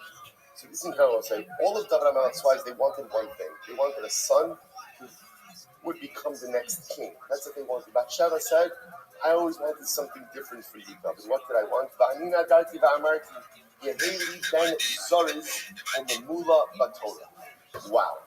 What did Bathsheba want for her son? She said, give me a son who is Zoris. That's the one both say Zoris, Alacritus, Zrizos.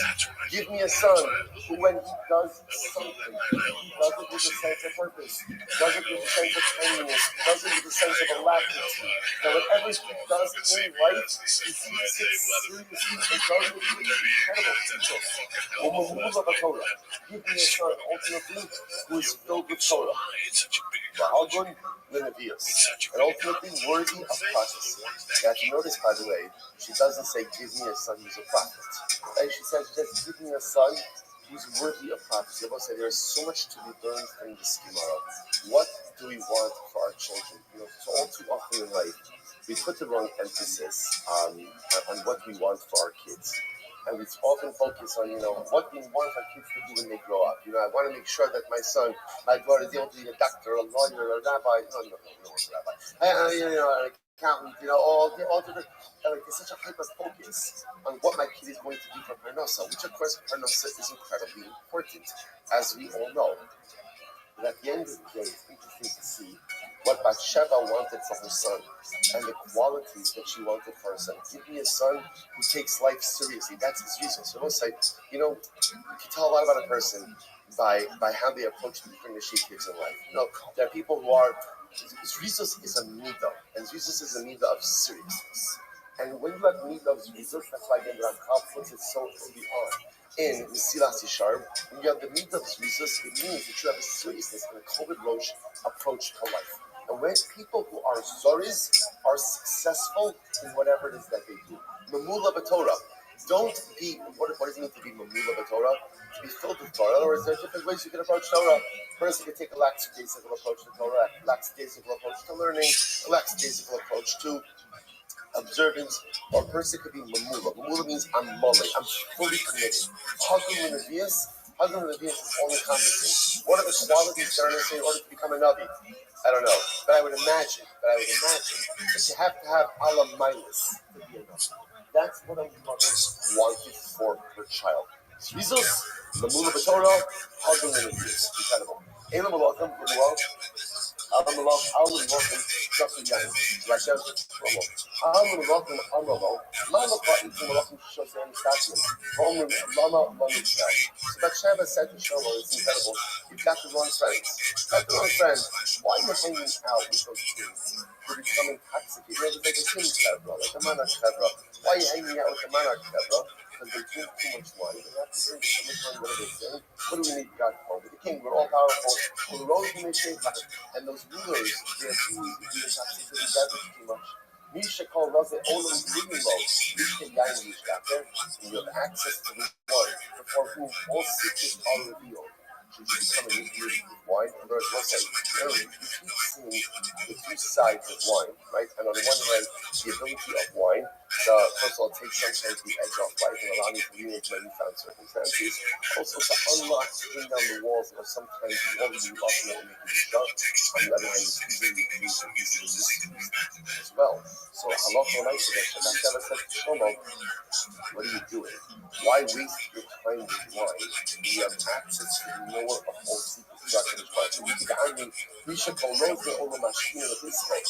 Usually I have Yishtaker, but no matter how powerful a ruler is subservient to HaKadosh Baruch Hu. So again, if you have to go ahead and anyway show up in front of the ruler of the universe, why waste your time with wine? Amar Yitzchak, how do we know that Shlomo's the Tshuva, so to speak? In other words, Shlomo is Mekabel, his mother's Musar. So he says literally again, I'm less than an ish, and I don't even have wisdom. This is incredible. Ish, who's the ish he's referring to? Noah. Vayachal Noah ish ha'adama.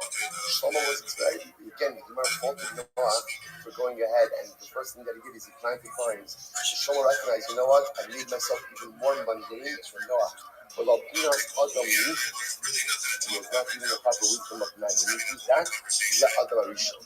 That refers to Adam Arishon, again, had one mitzvah, wasn't able to comply. Shlomo HaMelech lament that he's not even on that level. Incredible. So say, by the way, another tremendous Muslim hospital. What is the hallmark of great people? One of the hallmarks of great people is the ability to take Muslim. No one likes Muslim. No one likes it. No one likes rebuke. No one likes critique. No one likes constructive criticism. No one even likes even positive feedback. Come to find positive feedback is often laced with sometimes laced with some other. You don't like it. It's natural. It's normal. Great people are able to hear, especially when that positive feedback or that negative feedback or that critique is coming from someone who loves them. As much as it stings, they're able to hear it, they're able to inculcate it, and they're able to give it with it. And it's got the Shlomo HaMelech. Shlomo HaMelech was one of the wisest of men. Gets a patch from his mother. Gets a real patch from his mother. And essentially, what does he say? He says, thank you. He says, thank you. That's godless. That's godless. Okay, let's go back there. Says the Gemara. Says the Gemara. I'm not Yabal. So again, that's Kashan Sorba. I'm not Yabal. Enokai Ashiroka Bakabula, Shikuda Sleep. This is very interesting. Ben Soromar, so when we discounted yesterday's that, right, is again, what he has to steal, like, what, or I should say, he's stealing money. What he has to buy with that money, and how much of it he has to consume. Now the Gemara is pivoting a little bit, and we're talking about who does he have to consume it with? Who does he have to consume it with? Rabbi Abo says he's only hired if he eats it with the group of sweeters. Now, what are so get out and that's the speaking. It's like few lines up from where we are. Rachel, she had to move it. Listen, it's fascinating.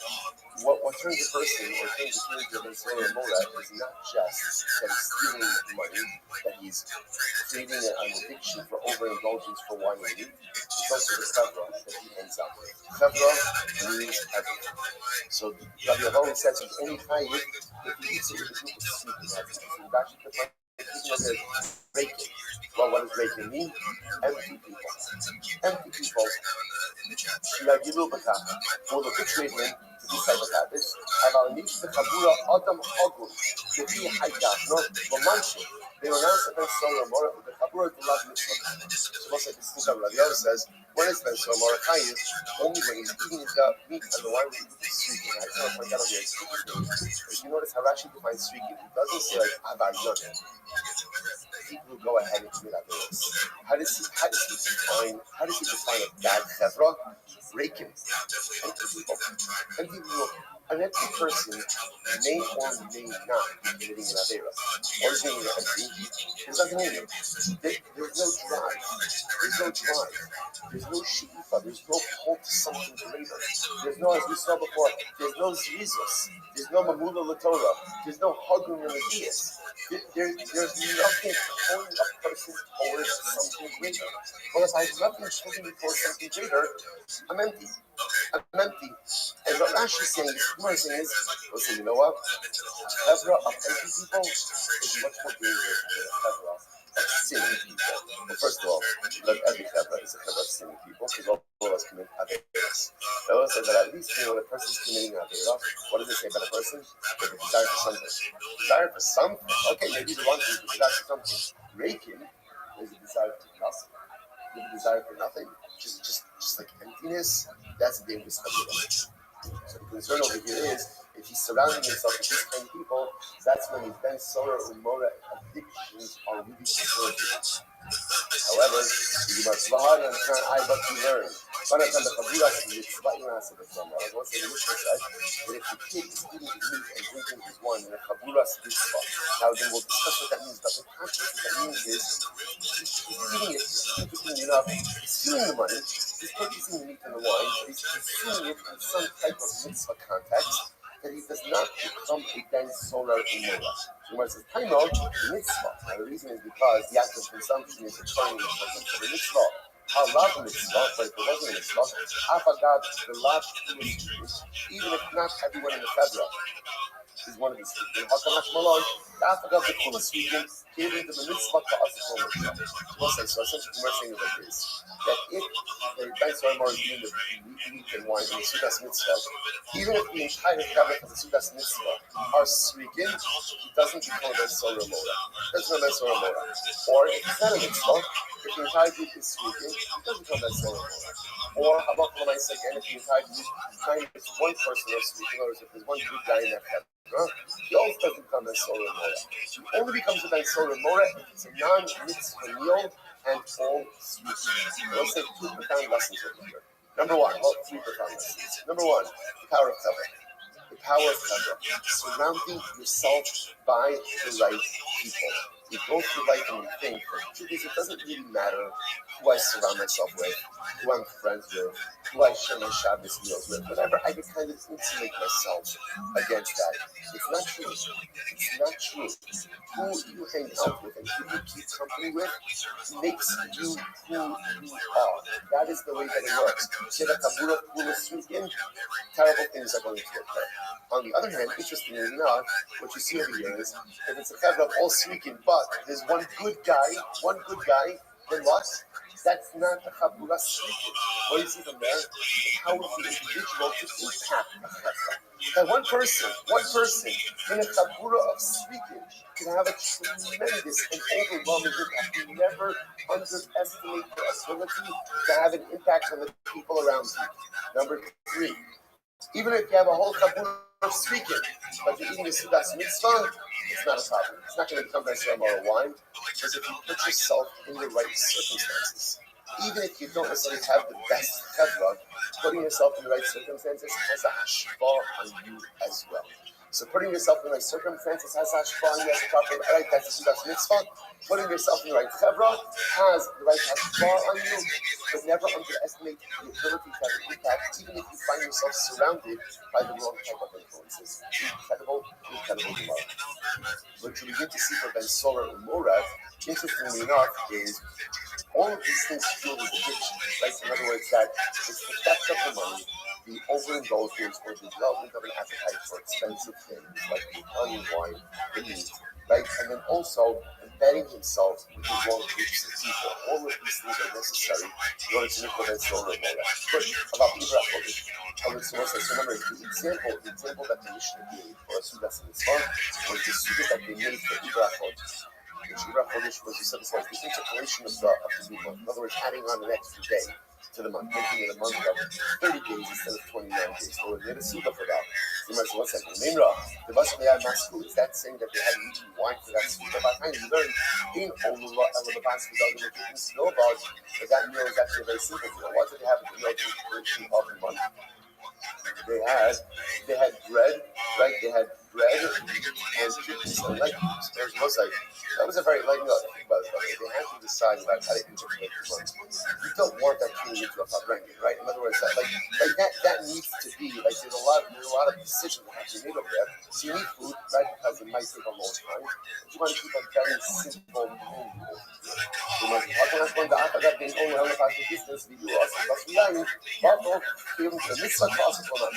That's it. You're right. Normally, the people who were going for this suda, they were only eating. This is an interesting fact. What did they eat by the suda for that Chodesh? Bread, wheat, and legumes. So let's say they were having a meal. And let's say Ben Soramora shows up for that meal. Or he's not a Ben Soramora yet. He's a candidate. Right? Ben Soramora candidate shows up for that meal with stolen meat and stolen wine and sits down to eat with them. That can't transform him into a Ben Soramora. Why? Because he's eating it in the context of the Sudas Mitzvah. So eating even stolen items in the context of the Sudas Mitzvah will not make you into a Ben Soramora. Incredible. Come on, Baron. Ain't only Libra. So it's not just to work out that Suda. Ain't only Libra. Kodesh Pachos Miasar Beni Adam. So you need at least a million, right? That really is a million for that Suda for Libra Kodesh. They only go along, pass dog in the kidneys. Furthermore, again, you're only going to go up there with bread, actually, it's not really sure, pasta, bread made from wheat, and kidneys and legumes. They only allow or eat and you only go up on the night to the 31st, like the night after the day. You're in older Rabbi, you only go for the Suda at night and not by day. Reggie says they go up. They do Suda by day and not by night. They don't have to but about so with me,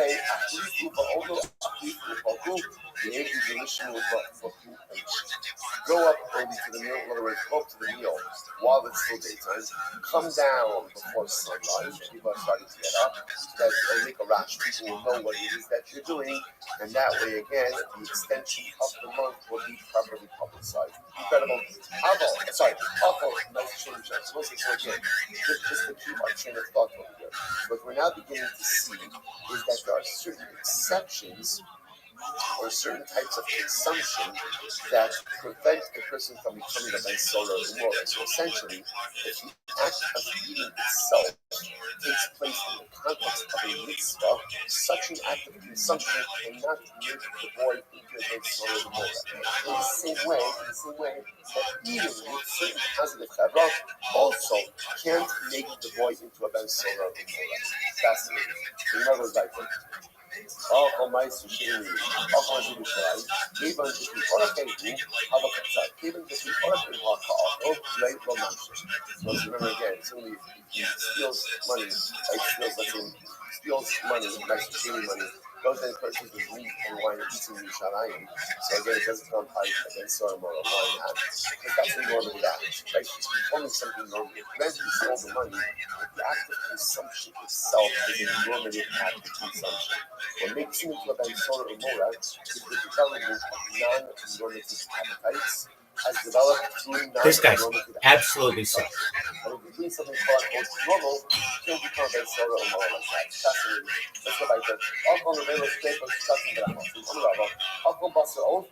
It'll last a Ben Solar or Mora. It's great. Chicken can't make you into Ben Solar or Mora. It's gotta be flesh. Gotta be meat. Basically, goes there and he steals money. And he buys schnitzel, right? That's not going to make him into Ben Solar or Mora. Hi, one night about we learned in the Mishnah. All from the various places, but I'm not saying that's Ben Solar or Mora. That's the whole Ben Solar or Mora. That's not true. The Mishnah indicates to us if you stole money and bought non-kosher food, we'll see why that is. She doesn't become a Solar Mora. The inference from that is that as long as he's buying kosher food, even if it's chicken, right, even if it's found, that Allah on that, so he should become a Solar Mora. What did you say? So this is fascinating. Remember how much we need because of the Why are you changing your voice? Solar Mora have to eat in order to go and become a Solar Mora? Right? Okay, you either leave now or I'm going to ban you. Like Tartimar.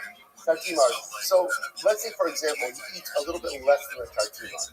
Tartimar, I don't know, minus his diet. So the halacha is if he's mashlim with desires, with fowl, with pork, with chicken, that can make a ben soda bar. That's the finish over here. So you can't eat the tartimar, ultimately again, can't eat the tartimar of fowl.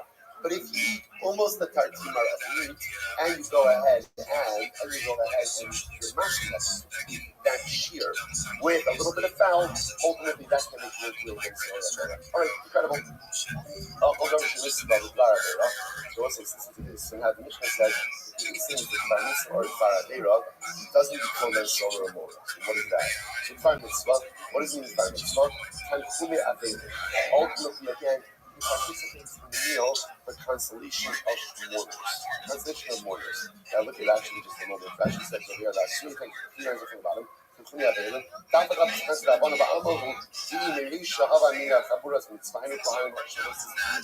Let's say the kid, you can't call him Ben Somor because they're not yet.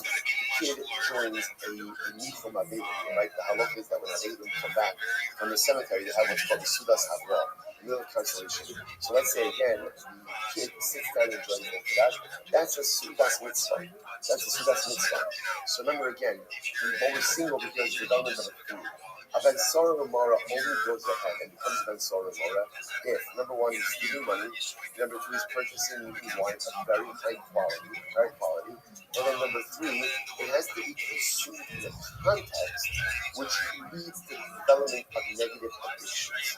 What you see over and over is the consumption itself takes place in a positive context, then we are not concerned about the feeling of addictions.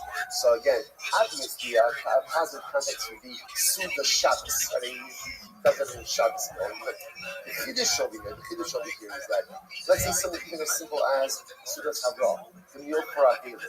That's also not a mitzvah that will not be concerned about the feeling of a negative addiction. Incredible. The Gemara goes like this. The Gemara says, so what is so let's say he steals money, purchases meat and wine, and eats it during the fast day. Eats it on Tainus Esther. The Gemara says, so that doesn't make him that Sora Mora. So why not? That's so strange. Like, why wouldn't that make him Sora Mora? The time of night, I'm a crow, and then there's Shomer B'Cholenu. B'Cholenu, the love of Kol Shemot. This is fascinating. Right? You have that Sora Mora. It has to be that the child is defying his parents' instructions. And that's the Kolenu. But if his act of consumption is in defiance of our Kodesh Baruch Hu, that does not make him into Ben Sora Mora. Isn't that fascinating? But that's just a technicality. Right? So Ben Sora Mora is someone who defies his parents. But if his act of consumption is an act of divine defiance, then he doesn't become Ben Sora Mora. Again, he's getting off on a technicality. Incredible. I want to say, by the way, and that's why all of these different things, that's why if he steals money and buys chazer, you would think like, steals money and buys chazer, of course it's Ben Mora. He's not. It's fascinating. He's not. If he goes to the kosher butcher and buys the finest cut of meat, he becomes Ben Mora. Goes to the supermarket, buys a piece of chazer, he's not a Ben Mora. Why? Because that's the shot. Because one of Ben Mora is the Lemishim Kolenu. His act of defiance against his parents, but it's not an act of defiance against God. I mean, both of them act of defiance against God, but he's stealing. Something itself technically is halachically permitted, but if his act of consumption itself is halachically prohibited, then halacha myself is not a Ben Sora Mora. Let's go like that.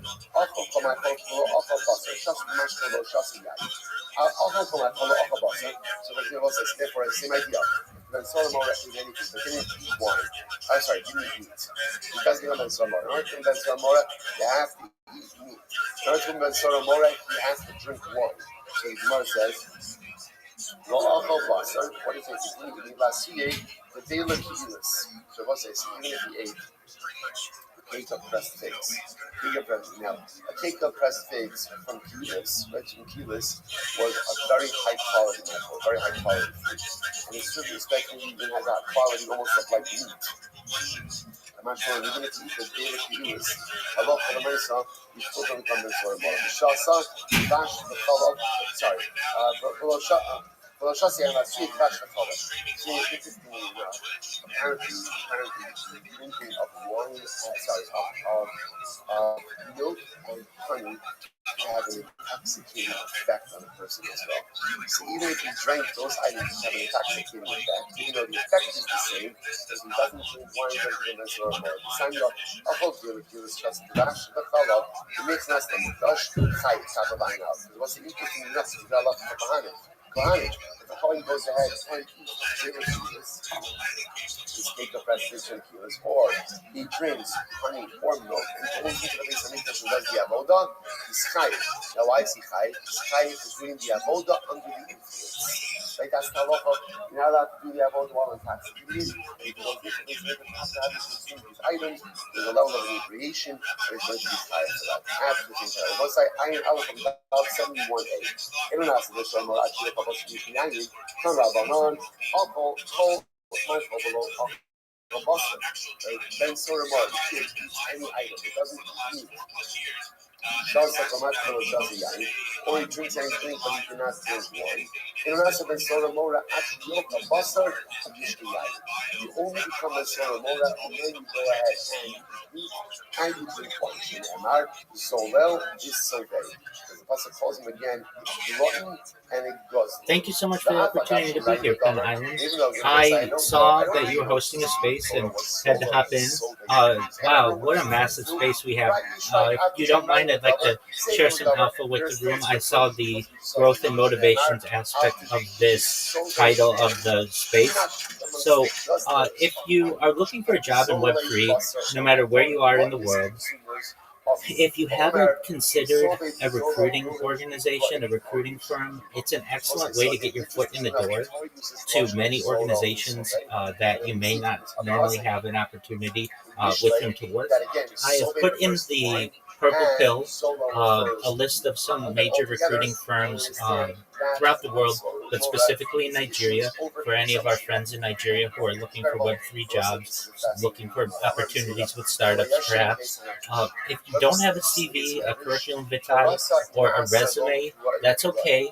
It's really pretty easy to do in 2025. You go to ChatGPT, you give it your name, your contact information, your desired position, your education, and your work experience, and it'll create in 5 seconds the best resume you've ever seen. You upload that to the different recruiting agencies, and then you have a team that's working for you. These people get paid to get you paid. So you don't have to be on your own in order to find many of these positions, and they'll get you anything that you want. If you're a graphic designer, they can find that job for you. If you're a community manager, they'll find that job. If you want to work at a startup, they'll find that job. And many of these, most of them are remote, so you can do these jobs anywhere in the world. So if you're looking for a job in Web3 and you get frustrated because you come to spaces and you're not finding that the people are hiring you, or you're wondering how you can get some experience, I really highly suggest going with a recruiting firm. I can tell you, I've had 6-figure contracts with Fortune 100 companies through recruiting firms, headhunting firms. They're excellent, excellent opportunities to get your foot in the door. Additionally, I'd like to drop some alpha for the room on how to perhaps market yourself as best as possible. I get a lot of people who come in and say, Rabbi, I'm a graphic designer, I'm a social media marketer, I'm a community manager or a reply guy, and I don't really know where to start and how to market myself. Can you help me? And the first question I always ask them is, do you have a LinkedIn a link tree? And if they say yes, that's great, and you should look at it. If they don't, though, I help them to build these. And this is all free. The strategy is completely free. Nothing that I tell you costs any money. But basically, if you are trying to get your foot in the door in Web3, you want to create a link tree. It's very important for you to have all your social media in one place for recruiters or job hunters or job headhunters or perhaps project managers to be able to connect with you and see all of your accomplishments with one link in one